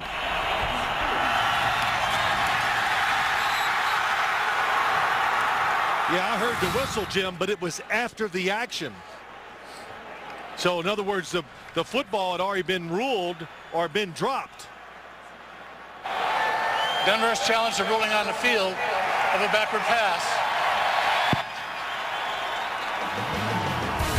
Well, the evidence clearly suggests a fumble. We'll be right back to Denver. We're back in Denver, and Ron Winter's about to rule. Denver has elected not to challenge the ruling on the field because the whistle blew when the ball hit the ground, making it an incomplete pass. And what happens, Jim? They would have gained 1 yard, but John Fox did not want to use a challenge on it there. The purple line, that's the football where he releases it, and it definitely lands behind it. So he would have won the challenge, but only a half yard once the rule was explained to him. But how about that being a backwards pass? Again, yes, But since they ruled it incomplete on the field, that's why they couldn't give possession to Denver. So John Fox says, okay, then I don't want to challenge it. Does that make sense? Well, I know. I understand the interpretation, but if that's not reviewable when it's clearly a fumble, it was ruled an incomplete pass, that's why. That's one that might have to be also challenged and reviewed in the offseason when the Rules Committee gets together. So from the 23, they take over 2nd and 10. They maintain possession, I should say.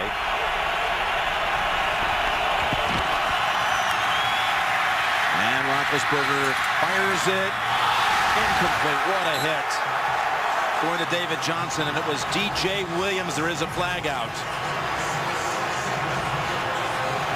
Boy, David Johnson uncovered the whole play. A mistake made by the Broncos defense.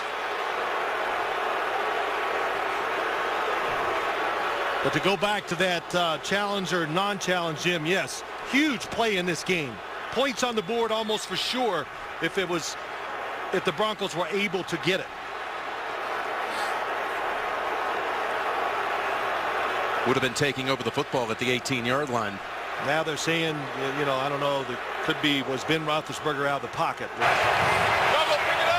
There is no foul. There is no foul for unnecessary roughness for a blow to the head and neck area. There is no foul. Oh, so that penalty was about this hit. Yes, it's the shoulder. It is under the neck, not to the helmet. Delivered to the chest, so that is legal. It was D.J. Williams who delivered the hit. I'll tell you what it shows you, just some of the things. As the year goes along, the players are starting to adapt to the new, well, not to the new rules, but that rule of hitting a defenseless receiver. It was a big point of emphasis this year. 3rd down and 10. Roethlisberger open, good pass, and a 1st down to Sanders. Snap was a little high again, but Ben fielded it, picks up 18. Yeah, it's another blitz. Here they come from the top of the screen. The Steelers, they're all over it. Boy, it's a good thing that Sanders is open immediately, because there was a defensive lineman coming straight at Ben Roethlisberger. So no second looks for the quarterback. Get it, throw it. Ball at the 41, mid-3rd. And you can't move as a quarterback rushing straight up the middle. In the round. And an open lane for Antonio Brown. Slices through that defense for 17. Got a nice block, too, from Heath Miller. So many things you can do. We talked about Eddie Royal, what he can do for the Broncos. Nowadays, you need this slot receiver, Antonio Brown, who can catch the screens, behind the line of scrimmage, make plays, and run the reverses. How about Heath Miller down the field? And Doug Legursky, the center, look like a big old fullback pulling out there trying to make a block. Antonio Brown, the first player in NFL history to have over 1,000 yards receiving and kick return yards over 1,000 in the same season. Voted MVP by his teammates. Roethlisberger steps aside of the pressure and hits Miller for about 3. You thought the fantasy season was over. It's not. You can play NFL.com Playoff Challenge today. You can win a trip to Super Bowl 47 in New Orleans. Sign up for free. NFL.com/fantasy. I'm really surprised the Steelers haven't put Ben Roethlisberger in his shotgun a little more and put the extra receivers in and spread the defense out and then run from that formation, because the Buffalo Bills and the New England Patriots really hurt them with those type of situations. 2nd and 8. Redmond. About 2 yards short of the first. We were talking about all that toughness that you always see from Roethlisberger out there, well under 100%. We asked him last night, where do you get that toughness from? Without missing a beat, he said, my grandmother Roethlisberger. His grandmother Audrey, who's watching back in Lima, Ohio. He gave us 5 or 6 reasons why She was a tough lady. Sweetheart, he says. Yeah. But I got my toughness from her, and he was excited to be able to tell us that story. Bases 3rd and 2. Redmond picks up the first, and he takes off. Takes off inside the 20. Goodman trying to ride him down, but the ball's out. The ball is out at the run, and it's ruled a touchdown on the field. Now this one's going to be looked at. Now I'm going to guess that maybe Redmond was tackled inches short of the goal line. But you had a fumble as the ball hit the ground. Let's see here. I think the biggest thing is he's down, and you're right, it looks like it's going to be just short. But there's no doubt about it, he has control of the football, knee is down. Now the question is, where do you spot it? Since it was ruled a touchdown, Jim, it will be reviewed Ruling on the upstairs. field is a touchdown.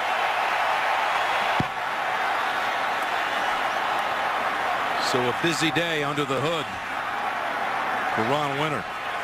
I was getting ready to say, if Roethlisberger was healthy, he probably would have ran a quarterback sneak there to pick up that first down. But Redmond, how about him today? Tough, physical inside. I think there's no doubt he's going to be short of the goal line.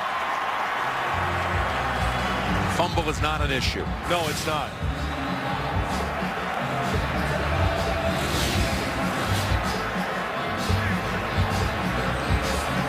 Redmond so strong, carrying Andre Goodman with him. I like what he said to us last night, in good spirits. Fumbled twice last week against the Cleveland Browns, and one of his first statements to us was what, Jim? I'm not going to run the ball tomorrow with two hands around it. I'm going to run to get it done. So you put two hands around it all the time, you're not going to be as effective as you would be if you keep one on it. Grew up down in the southern part of New Jersey. Is a diehard Eagles fan. Randall Cunningham was his favorite player. Inside, here it comes, and again, everybody goes left. It's a little cutback by Redmond. I like the play. Twice we've seen it, and both times it's worked. Broke a tackle there of Joe Mays. But such a diehard Eagles fan, he said he hated Troy Aikman and hated Phil Simms. Yeah, how about that? I was actually honored. I said that puts you in a long line with a lot of people. Yeah. If they don't like you when they're against your team. It's just an Eagle fan. Yeah, that's right.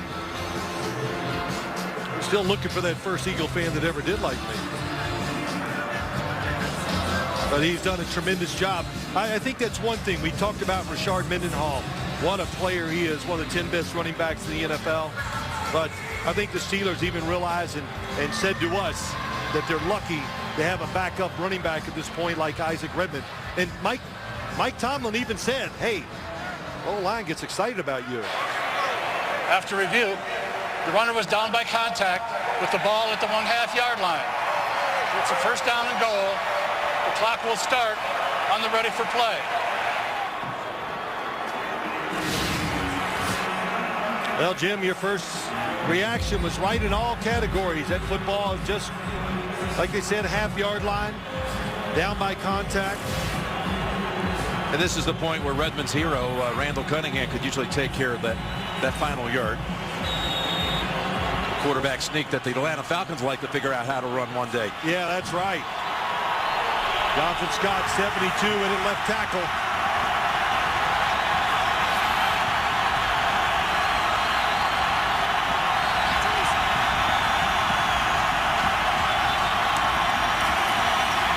It's Wallace taking it around the right side for the touchdown.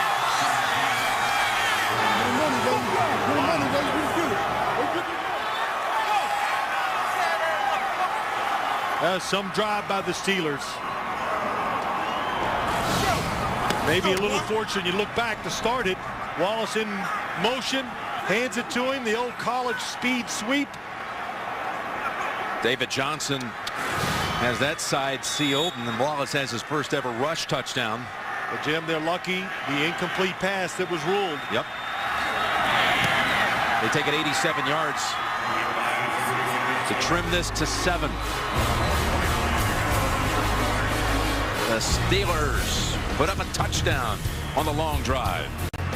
Back at Sports Authority Field at Mile High in Denver. And this wild card game, a 20-13 Bronco lead, the winner to advance to New England next week to take on the Patriots. And New England's seen both of these teams this year already.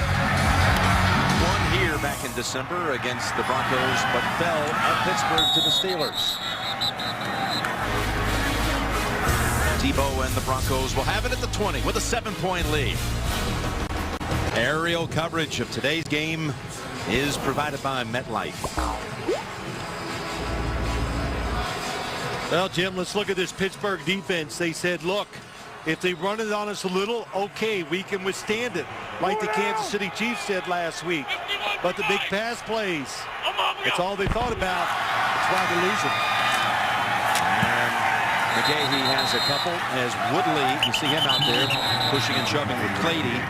Woodley has been in and out of this game, played about half the time. He's been hampered by a hamstring injury the back half of the season. Missed, again, a lot of time today. And Kiesel and Hampton, it doesn't look like they're going to return here today. No, it doesn't. So a lot of guys out for this Pittsburgh defense. But again, they're so aggressive. The Broncos, stay with your game plan. Keep looking for those shots. They just got to think, hey, one more big play could be enough. Second down and 8. Tebow down the field, and there was contact, but no flag. Now there's one. Ike Taylor tangled up with Demaryius Thomas. Ike Taylor was looking for the football and was running through it. That's why we'll see if this little conference they're having on the field, if they'll pick that flag up. It looked like, from as far away as we are, he saw the football, was running to get it. He has that right too.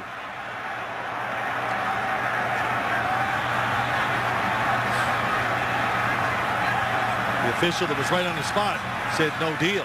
Right. He's not the one who threw the flag. That's what I said. Pass interference. Defense number 24. Penalizing the spot of the foul. First down. Well, we talked about it. You're going to play outside. It's you against Demaryius Thomas. Nice move off the football. Well, he's got his hand on him, too. You couldn't see that when I originally saw it. So the contact was enough to get the flag thrown. It's a 32-yard penalty. Even though that contact would not, that couldn't have been seen by the official who threw the flag. Running option. Tebow keeps. Shrugs off a hit behind the line by Woodley and gains 3. Ziggy Hood with the tackle. Well, Tim Tebow coming down the line. He's looking, okay, one free guy outside. If he takes me, I pitch it, but there's really nowhere to go because Lamar Woodley got such good depth. There was nobody really to read for Tim Tebow to pitch off of. They've got 3 wides. Fells, the tight end, is wide. Again, Eric Decker is out with a knee injury. Suffered in the first half. Tebow tucks it under. Falls for the first. Scrambles for 8. Well, let's just look at it. Let's be the quarterback. We're Tim Tebow. Look down the field. The receivers. Nobody really open. The dump in the middle of the field is open. He decides not to throw it. But everybody's so worried about containing him. No pressure on the quarterback. And that's why I always say when, hey, he's been sacked, I don't know how many times, Jim, in the mid-30s. But that's because he holds it. The initial pressure on him, very seldom do you see it because they're worried about the run. Has not been sacked today. Throws it over the head of everybody. Thomas was the one back there deep, and Woodley had some pressure on the quarterback. Yeah, I'll tell you what we're seeing, though. That play, he's looking off. So when you look off, it keeps the safety in the middle. Now he gets a true one-on-one to Eddie Royal for the touchdown. Now, Jim, we just started this drive. Would they be conservative? How about that? They were going for the score that time. Play action fake, double move by Thomas, but good coverage on the outside. At the right side stacked. Woodley on the sideline. Second down and 10. Tebow still has it. Tebow runs for another burst.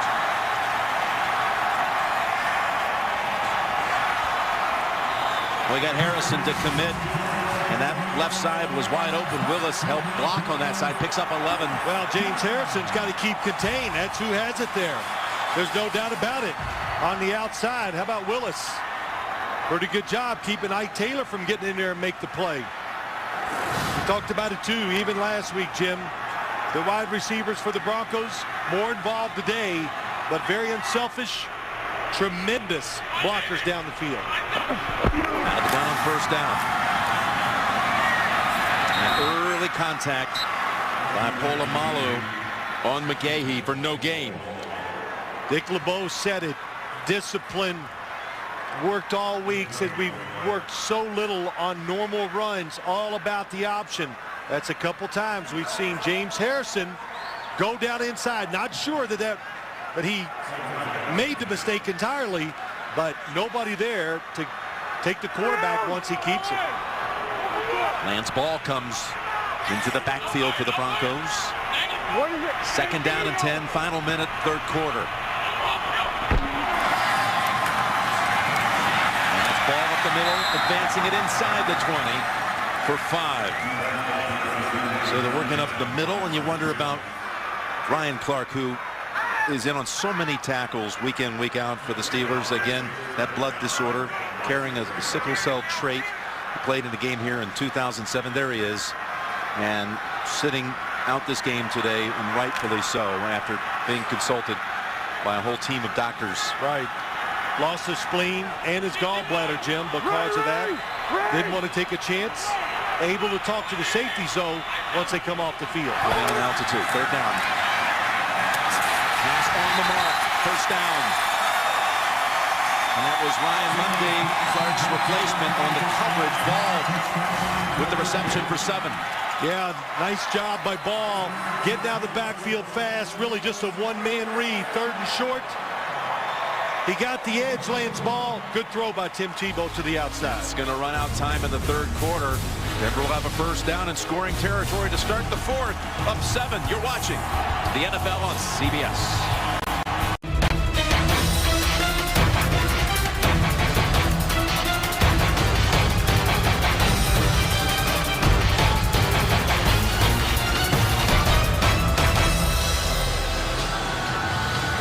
Now the Broncos making the most out of their first postseason appearance since back in 2005 when they were knocked out in the AFC title game by these very same Pittsburgh Steelers. Leading it 20-13. Jim Nantz, Phil Simms, and the crew here in Denver as the fourth quarter begins. A first down at the Steeler 13.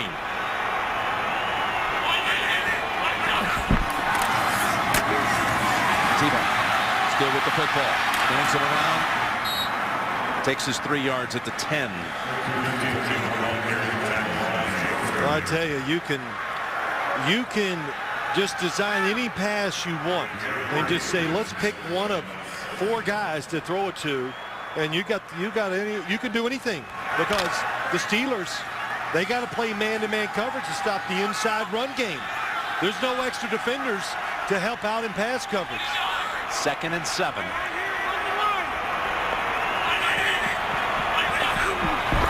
Tebow takes a snap at the 15. Got pressure. Got it away to Royal. Somehow. Royal at the 5. A flag is down. It's going to be a blocking penalty, I believe, on Willis of the Broncos as Royal was tackled at the 1. Yeah, it might be a pick, offensive pass interference, but I will say this. I love that play design. Fake it one way, go back the other. Pass interference. Offense number 12. 10-yard penalty. Repeat second down. Tebow barely got rid of that football. And Timmons was in on him, closing in on him. Body me a screen, number 12. Willis never lets go of the defender. Now, you know, when you throw screen plays, I think it is you have about a 1-yard leeway. In other words, you can go 1 yard down the field and make that block. That's it. Not 10, 15 yards down the field. Denver, you got to hope your quarterback knows we're in field goal range. If we make it, That's 2 scores. Be smart, very smart, and careful with the football. 2nd and 17. Can pick up a first at the 3. Tebow's pass is incomplete. Going back to Royal. Good throw. Not an inaccurate throw. That's then the one thing I said a few weeks ago to you, Jim. You got to be careful because he gets preached to him so much. Today's the first time Mike McCoy, the offensive coordinator, that I've really seen Tim Tebow just let it go with freedom. But they talk about turnovers so much. He misses passes because he just is ultra conservative in his judgment. 3rd and 17.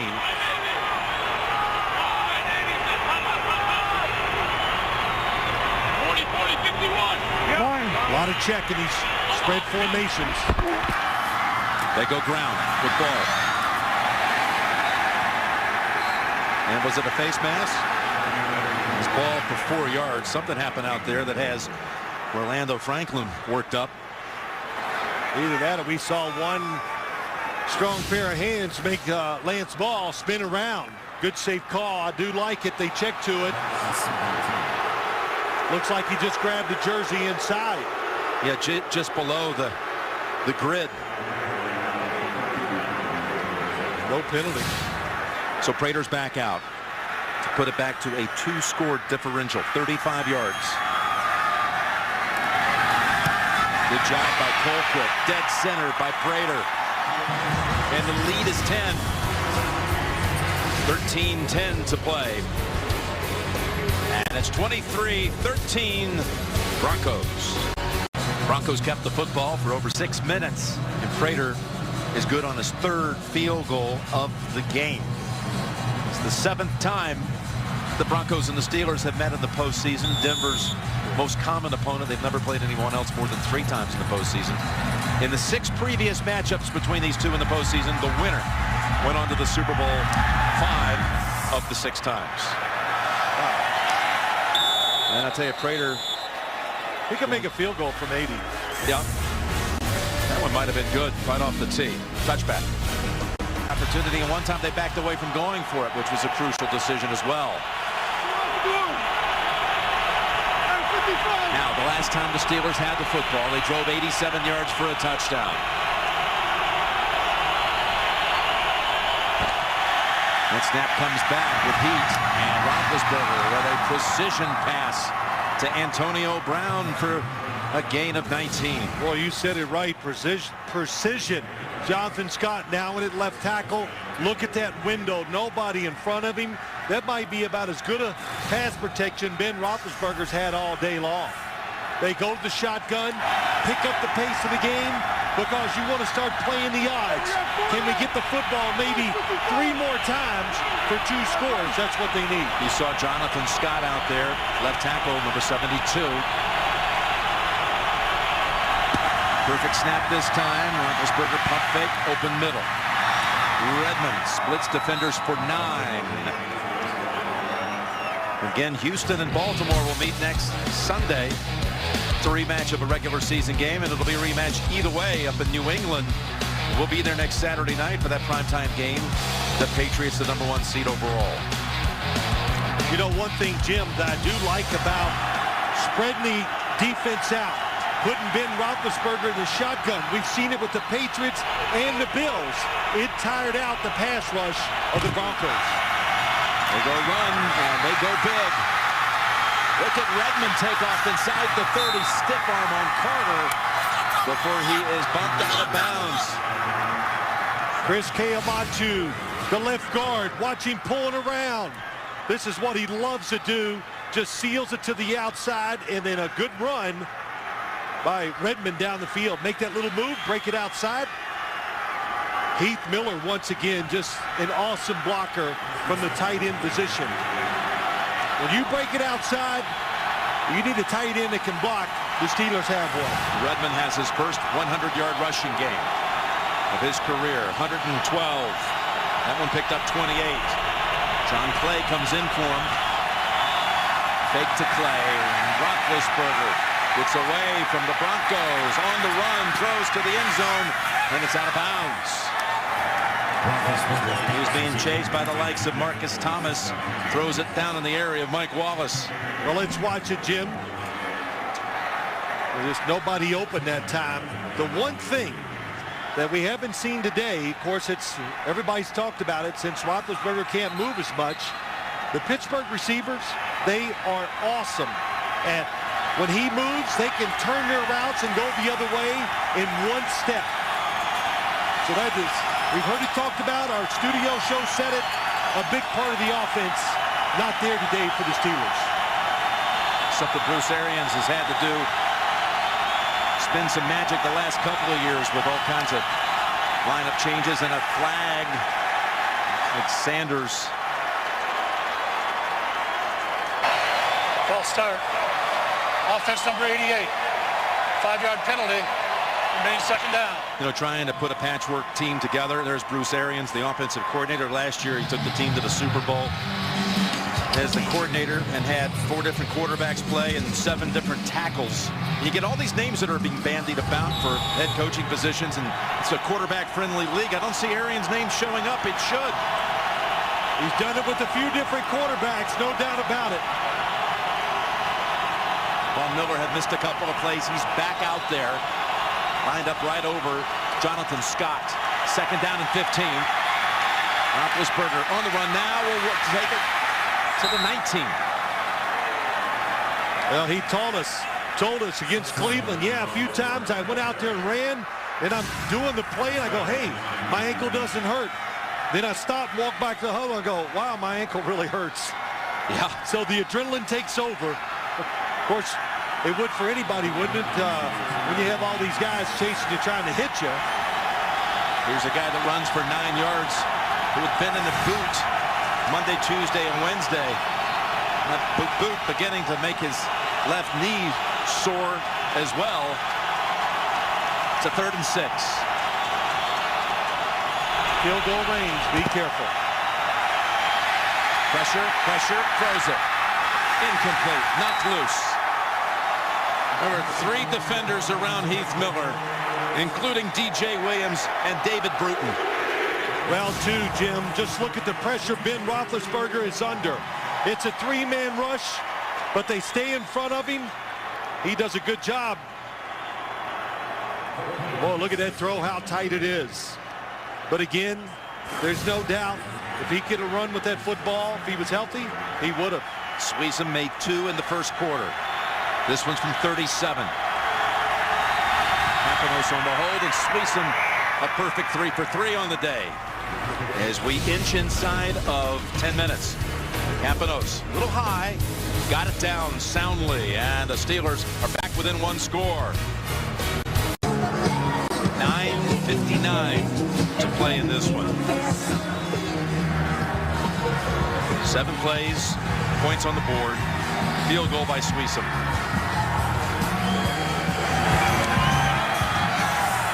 And this one will not be returned. There's never been a playoff game in NFL history where there was never a single kickoff return, but that's been the case so far today. And it can only be Brett Kiesel, or I guess maybe Ryan Fitzpatrick. But that's right. Kiesel with 24 family members in attendance. A lot of family coming over from Utah. Father Lane. Casey Hampton. He went out very early in this game with a knee. 1st and 10, Tebow. Gets 11. Tebow getting pretty excited about that with Polamalu in the area. Well, a lot of times he keeps it, goes outside, and they got him that time. You look at it, Hayward, number 97, coming down for the run. Makes a mistake, and boy, Troy Polamalu, he is full speed. Oh, no call on that. That was Taylor had a hold of the face mask. This half, Tebow's rushed for 39, passed for 19. Making mistakes on the option, though. And that picks up 3. Well, for more than 30 years, it's the must-see show the pros watch. And next week, the NFL's leading rusher, Maurice Jones-Drew, will be there with you, Phil. All 1,606 yards this year. We'll be joining you, JB, Chris, and Warren in the studio Wednesday on Showtime. See, last week I got in an argument with Warren Sapp a little bit, and I never was worried that he was going to come running across and do something to me because, you know, Chris Collinsworth was in between us. He could throw a block. Well, you know, he doesn't look like much, but he could protect if he had to. And Mike Lombardi be there to assist, too. He'll have all the latest on the rumor mill around the league. Taking to the line, second down. Tebow shakes off Timmons. Lobs it. Too high for Ball. Had to make a decision there. Might have had some room had he run with it. This is what happens. Look, no rush. You said it. Woodley finally gets a little pressure. Then once he moves, the offensive line so adept at finding another guy and block. Now watch down the field. Here's what happens. Demaryius Thomas, they're going for the score again. Now Tebow scrambles. He is open, but it takes so long. And Tebow going to the left, cannot see him open down the field. Unable to be accurate with the pass on the run. Now on third down, rifles it. Thomas has it, first down. Turned around on Taylor and picks up 15 and a first. If you watch this game, almost all these good throws, they go to his left side. He loves it. And this might be the first time I've seen a true back shoulder throw by Tim Tebow to a wide receiver. The motion was tighter, more efficient, and it was a really good throw. It's footwork, though, a lot, isn't it? Well, it is. It's a little bit of everything, Jim. It's talking about throwing a big object with a lot of people around you, so it's complicated, but that was one of the better throws of the day for Tebow. Picks up the first near the 50, and there is a nice shake move. Ball is out. McGahee fumbled, and Woodley has the recovery. It was Ryan Mundy who knocked it loose. And the Steelers have the football at the 44 with 7.5 to play. Let's see if he's down, Jim, as he comes through. Ryan Mundy, safety near the line of scrimmage. You're not going to win that challenge if you throw a flag. Well, what a job by Woodley picking it up. Let's see when possession comes out. It's Cameron Hayward who had a hold of him first, and Ryan Mundy. Yeah, it comes out just before his knees hit. Both Mundy and Hayward, Pittsburgh natives. And you can, well, it's... Denver's challenge of rolling on the field of a fumble. But you believe the knee was just inches above the ground? That looked like that last replay looked like it was a couple inches off the ground. On the field, a fumble being challenged now by John Fox and the Broncos. McGahee. Ball's out. Look at that. The knees are not on the ground. Yep. That is Ryan Mundy. Twice. These safeties. After review, the ruling on the field is confirmed.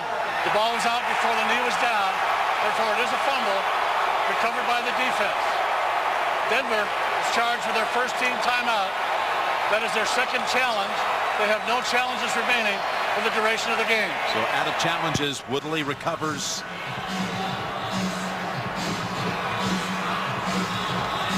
Here's a Pittsburgh defense that was #1 in so many categories this year: scoring defense, pass defense, total defense, but last in the league in takeaways, oddly enough. But they got a big one here. Midway fourth. Touchdown away from tying it. Play action. Roethlisberger in trouble, is decked at the 39, and a loss of 5. It's Bunkley who has hold of him, as well as Doomerville putting on the pressure. Inside pressure. They're going for the score, trying to go deep down the field. Roethlisberger, even though he steps up, Elvis Doomerville causes the sack. From the outside, he gets the pressure. He steps up. Hard for an offensive lineman like the center, Legursky, to know where the quarterback is. Second, and we'll call it 16. So Bunkley gets the sack. Patry in as a receiver. Empty backfield, and Roethlisberger hits the target. Nice piece of running by Sanders. He could have been stopped for about a 6 or 7 yard gain. Instead, turns it into 15. Wow, how fast. Little short throw. Stack the receivers. The Steelers are very good at giving formations to make sure their receivers, which are on the small side, you know, they're not big and strong and physical. They can get manhandled sometimes to the line of scrimmage. Stack them, they get free releases, then they can catch and run. Third down and 1 to go. Redmond delivers again in short yardage, and the Steelers have a new set of downs at the 42. Running behind Heath Miller and David Johnson. Heath Miller, 83, going to lead across the formation. Good block. How about Jonathan Scott? There you see the block by 83 up inside. Know the situation. Heath Miller is the leader. A little coming across the formation, gets DJ Williams. Jonathan Scott, too. Nice job by him coming in and taking over for Max Starks. 5:40 left.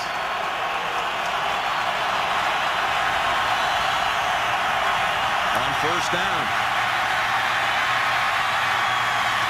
And able to take it to the 37. Good for 5. Coverage down the field's pretty good. You're Ben Roethlisberger. Think ahead. I look at this and go, this could be your last chance. Nobody really open. He doesn't like it. They do not stay in front of him. So top of your screen, they're looking to throw it. The coverage is there. They force him to run, and he does. You know they hold their breath on that Steelers sideline every time he takes off with it. But he avoids the contact best he can. Second down and 4. Again, fields the aggressive snap, and he got a big lane here by Redmond. Shakes off a hit, has the first down. They're going to have to spot that forward progress. Good for the first. Boy, Ben Roethlisberger, that ankle. Nice catch. Being alert. Good blocks outside. Mike Wallace, wide receiver, getting a little block. Chris Keomatu coming around. And again, you got Doug Legursky filling in for Marquise Pouncey. Legursky, usually the right guard, had to fill in at the Super Bowl as well for Pouncey. Basically the same injury, high ankle sprain. Well, they're back to 4 defensive linemen, which is the best way to play this Steeler offense. From under center on first down, they fake to Clay. Roethlisberger going for the tying touchdown to Wallace, and it's almost intercepted.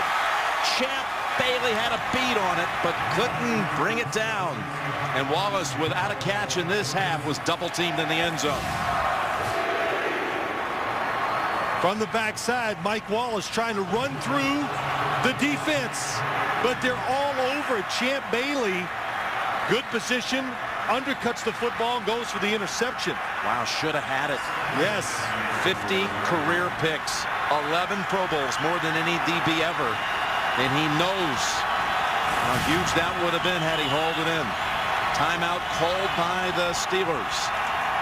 As you saw McGahee on the bench, hoping his fumble doesn't lead to a tying touchdown.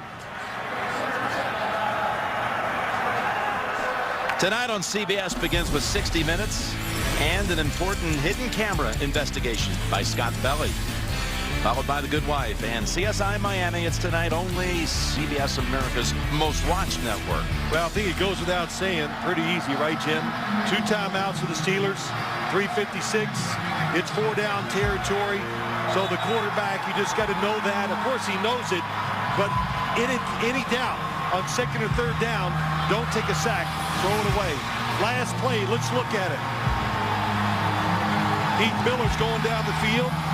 Pretty good chance if he throws it in. And also on the other side, Wesley Saunders, the other tight end, he had a chance too. But when in doubt, throw it to your best receiver. That was Mike Wallace. 2nd down and 10.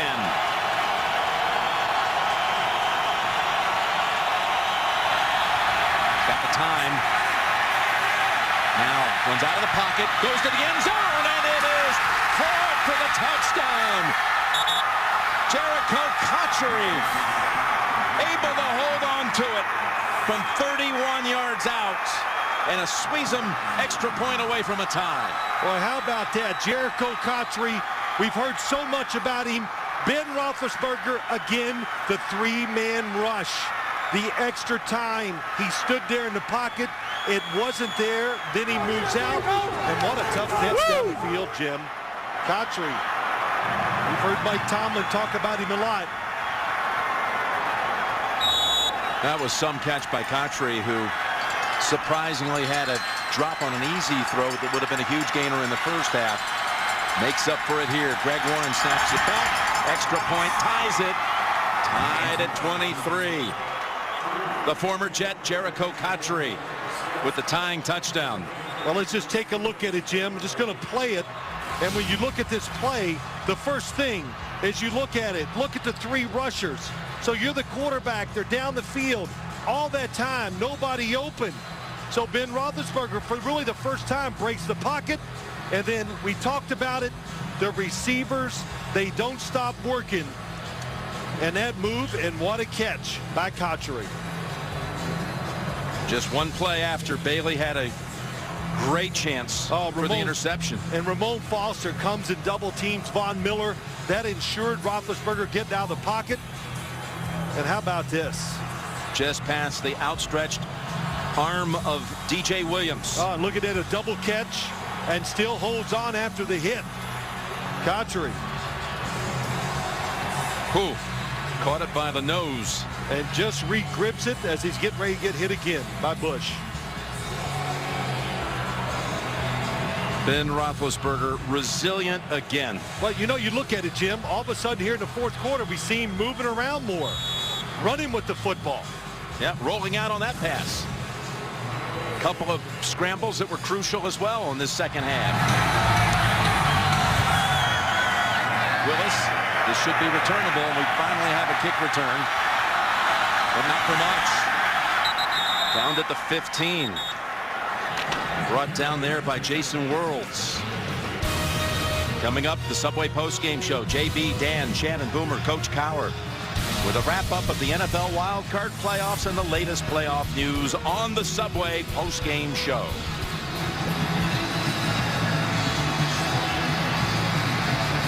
Been some participation by the crowd today, too. The Bronco fans been behind their team from once they get started. And, of course, when something good happens for the Steelers, we see all those terrible towels come flying out. Each team with 2 timeouts. In the line, they go back to McGahee, and he is met by McClendon and others. Holds him to 1. Jim, this is when it gets tough. Sometimes it's easy to be wide open and run that offense and let it flow like we saw from the Broncos there a few times. Getting the pass interference, trying to go for the scores when they were down in there when they kicked the field goal. But now with the score tied, you're backed up. You saw Prater. We let the quarterback pull the trigger. Hoping he gets another chance. Taking a few deep breaths on the sidelines. Won 4 games this year. Tebow's got time, and he's got his man. At the 33, it's Daniel Fells with the catch, the tight end. Gain of 17. How about that? Well, it's because they ran that one play before. Fells comes across. There's no safety this time coming up to cut that crosser. Troy Polamalu got beat once before with it. That time, see what happens? It's a chain reaction. Good job by Tim Tebow pulling up. Throwing another good throw. Released it just in time before Hayward knocked him down. First down. And again into the line for a couple with McGahee. Another first down. They'll be in field goal range. Well, with Prater's leg. Yeah, I'm just kidding, of course. Well, twice this year he's made it from 59.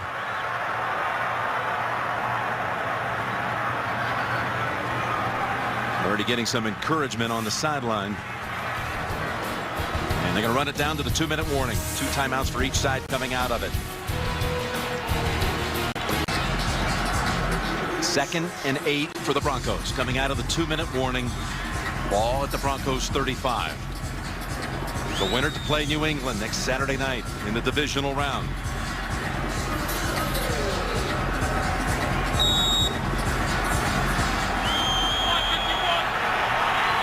go shotgun here.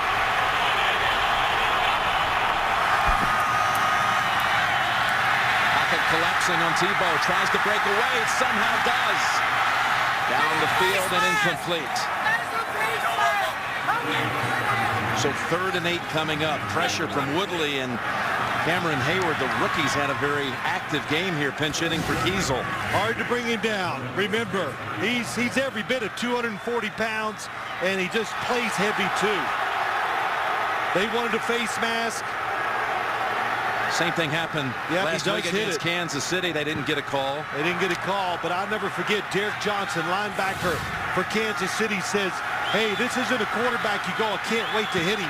Remember, he says, you are hitting an NFL running back. Will they keep the football or punt it away? 3rd down and 8. Plants the feet, fires the pass short. He was going to Demaryius Thomas, and now Colquitt will come out to punt. He had him. The protection, they blitzed. Look at the pocket. It's pretty good. Nice shuffle in the pocket by Tim Tebow, but that's a tough throw. Defense playing safe. Thomas coming across, just underthrown. Britton Colquitt.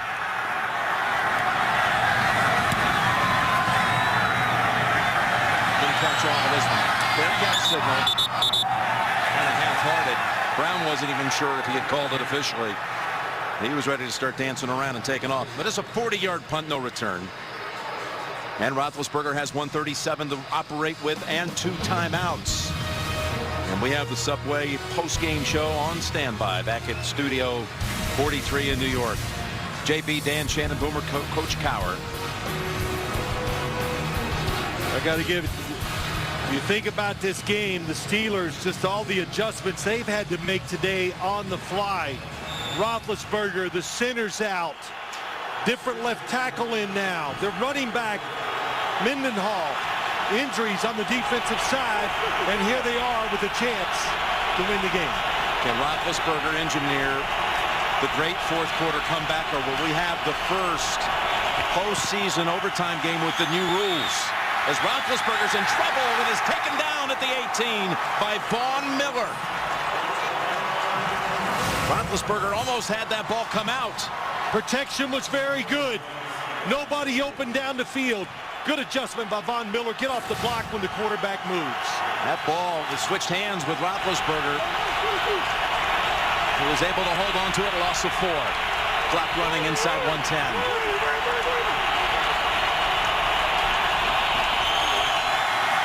Roethlisberger. All kinds of time, and it is a completion for a first down to Antonio Brown. What a catch. What a catch. How about the time? The time, but to stand in there so close.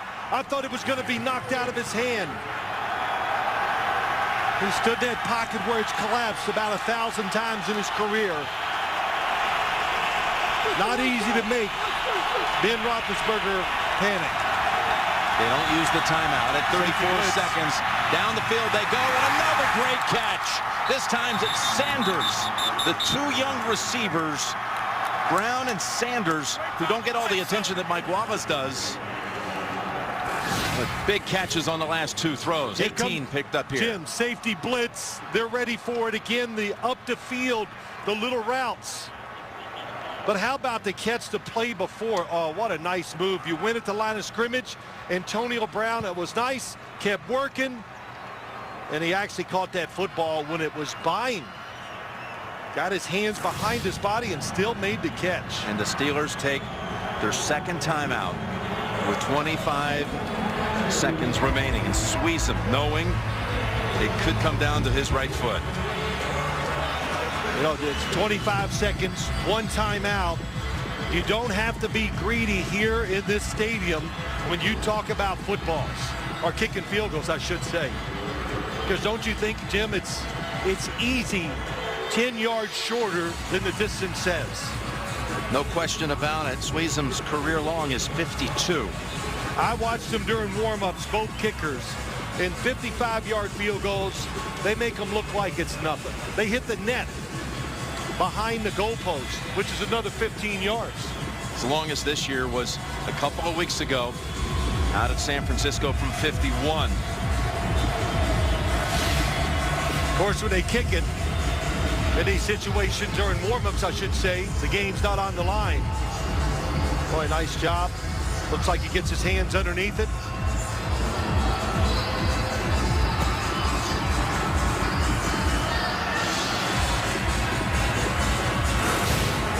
Emmanuel Sanders has 6 catches in the game.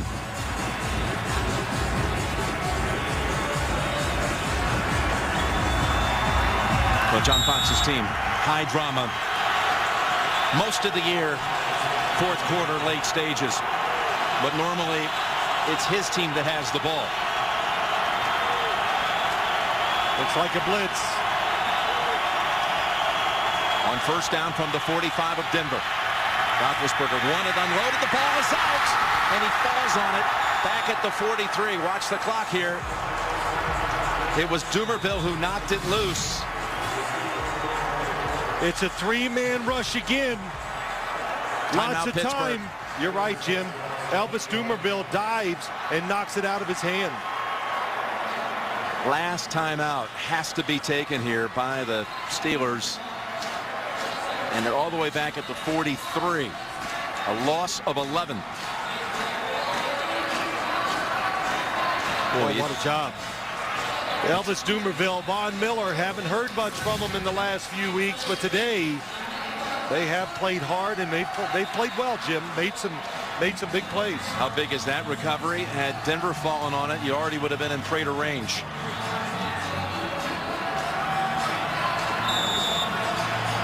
There's McGahee, who had a costly fumble in this fourth quarter.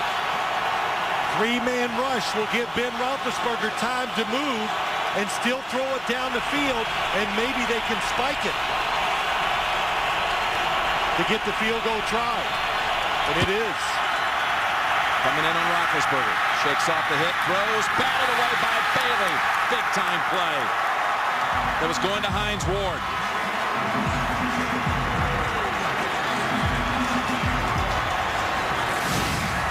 You said it, big time. Champ Bailey playing the situation. He falls off the receiver near the line of scrimmage, chases him, and then just gets the tip.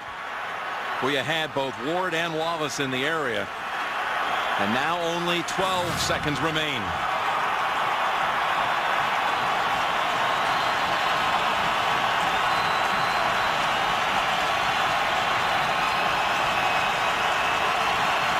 Tackle him inbounds, and the game will go to overtime. Oh, there's a flag from the defensive backfield area. It's going to be a delay of game.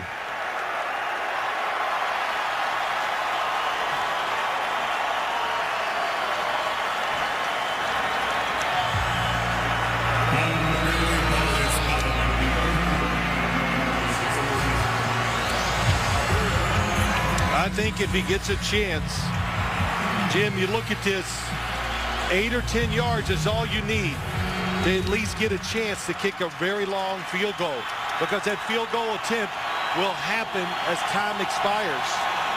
Well, if you got 10 yards, you'd be asking for 67, 68-yard field goal. But you got to get out of bounds first. That's the hard part. Roethlisberger looks, dumps it off Redmond. Redmond can go to that sideline and get out of bounds, and he does at the Denver 49. And now here you go. This would be that 66, 67 yard. If you go for it, the field goal. I think you try it. Which would be the longest field goal in the history of the league. How about that?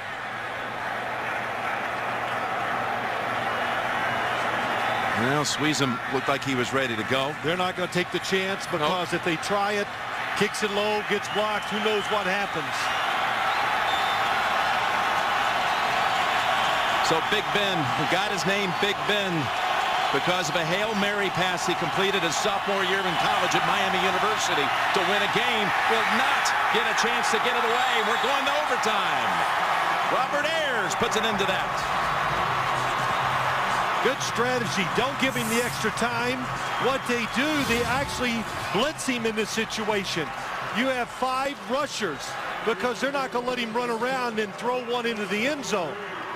Great strategy by Dennis Allen, defensive coordinator. And Ayers, another key figure today. He played very well. I don't know why you don't see that more often. I agree with what you say about Dennis Allen. So often you see a three-man rush. The quarterback's got all day and gets the heave to the end zone, then anything can happen. But they rush 5, and we're going to overtime, and we've got the first non-sudden death overtime game in NFL history. The same two teams that played the NFL's first ever regular season overtime game back on September the 22nd, 1974. It was here, not at this stadium, just right a few hundred yards away at Old Mile High. Well, we talked to both teams about what are you going to do if it goes to overtime. You know, Jim, there's a little strategy. We'll talk about it. But both coaches said you have to take the football if you win the coin toss. Well, it's not the usual overtime scenarios you're accustomed to seeing. And this rule was enacted about 20 months ago at some league meetings. It never was enacted, never came into place last year. It was never needed in last year's postseason. But here you go. Both teams are guaranteed a possession unless the team that has the first football first scores a touchdown. Clear out of here, please. Okay, man. In overtime, in the playoffs, there are unique timing rules, unique playoff rules. Each team is entitled to an opportunity to possess the ball, with 2 exceptions. If the team on defense scores in any fashion, the game is over. If the team that gets the first possession scores a touchdown, the game is over. Otherwise, each team has to have the opportunity to possess the ball. Timing is as if we're starting a new game. All set? Your choice. You called tails. It is heads.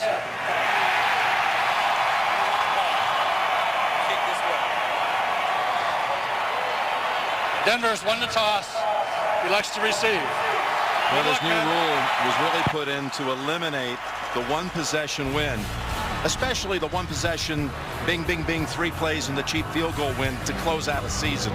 It's only in the postseason. There you see the rules. All the challenges will come from the booth. And we'll be back with this history-making first postseason overtime in a moment. Getting set for overtime here in Denver. 60 minutes is coming up next, except for those of you on the West Coast. It'll be seen at its regularly scheduled time. Jim Nance and Bill Sims trying to settle things here. The winner to take on New England next week. John Elway engineered the Broncos' only postseason overtime win, the famous drive in the AFC Championship game 1986 against Cleveland. Eddie Royal is the returner. Will he get a chance? No, he won't. So the Broncos will take over at the 20. A 20-6 halftime lead by the Broncos disappears as they had this touchdown pass to Royal in the second quarter, plus a Tebow touchdown run and a couple of Prater field goals. Field goals coming off, in one case, a pass interception.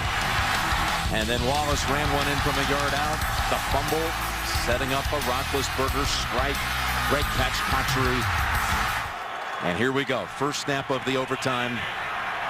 The Broncos have been in 3 overtime games this year. They won them all. Got him. Got him at the 40. It's Thomas at the 50. Stifford got him free to the 30, to the 20. Thomas to the 10. Denver's going on to New England. They win it on the first play of overtime.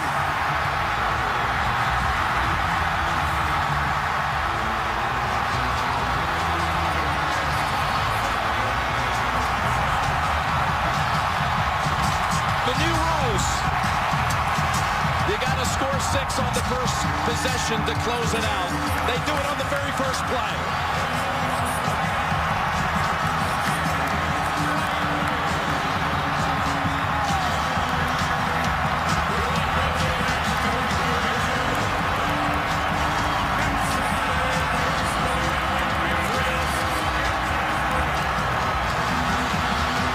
was open at the 40.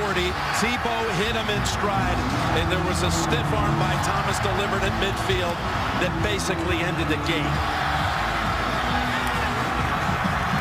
They played run defense. Nobody back in the middle of the field to help. We've said it, Jim, that's their number one play action pass. They throw it almost always to Tim Tebow's left side. And let's look at it. Thomas to the top of the screen, just runs this route. We've seen it a few times. Look, nobody's in the middle. Everybody at the line of scrimmage playing run. Nice fake. Oh my gosh, nobody back. And Thomas, how about that speed? Outrunning both defenders for the touchdown. Ryan Mundy and Ike Taylor were the two back deep. And it's a stiff arm on Taylor that set him free. It almost, Jim, had to be a mistake for Ike Taylor to be on the outside with nobody helping him inside. But Monday, they've done it so much today. Where both safeties near the line of scrimmage, the Broncos, hey, they opened it up. That's why they won the game today. Watch the stiff arm. Oh, Thomas, big receiver out of Central Florida. First round pick. Not only the stiff arm, the speed. 4 catches, 204 yards, and a touchdown. Tebow, the most yards any quarterback threw against the #1 defense all year, 316. And that magic that everybody's talked about when they had that 6-game win streak that was gone for 3 weeks, it was back in the biggest way. Let's think of John Fox last week after the game against Kansas City. He got in the car with his wife, and his wife after a few seconds says, "Wow, John, that was ugly." Well, today, the exact opposite. What was John Elway thinking about? Look at him. The defending AFC champions have been defeated. So many doubters out there about Denver all season long. But the Broncos are on to the divisional round and will meet up again with the New England Patriots next Saturday night. New England beat them here 41-23 a month ago.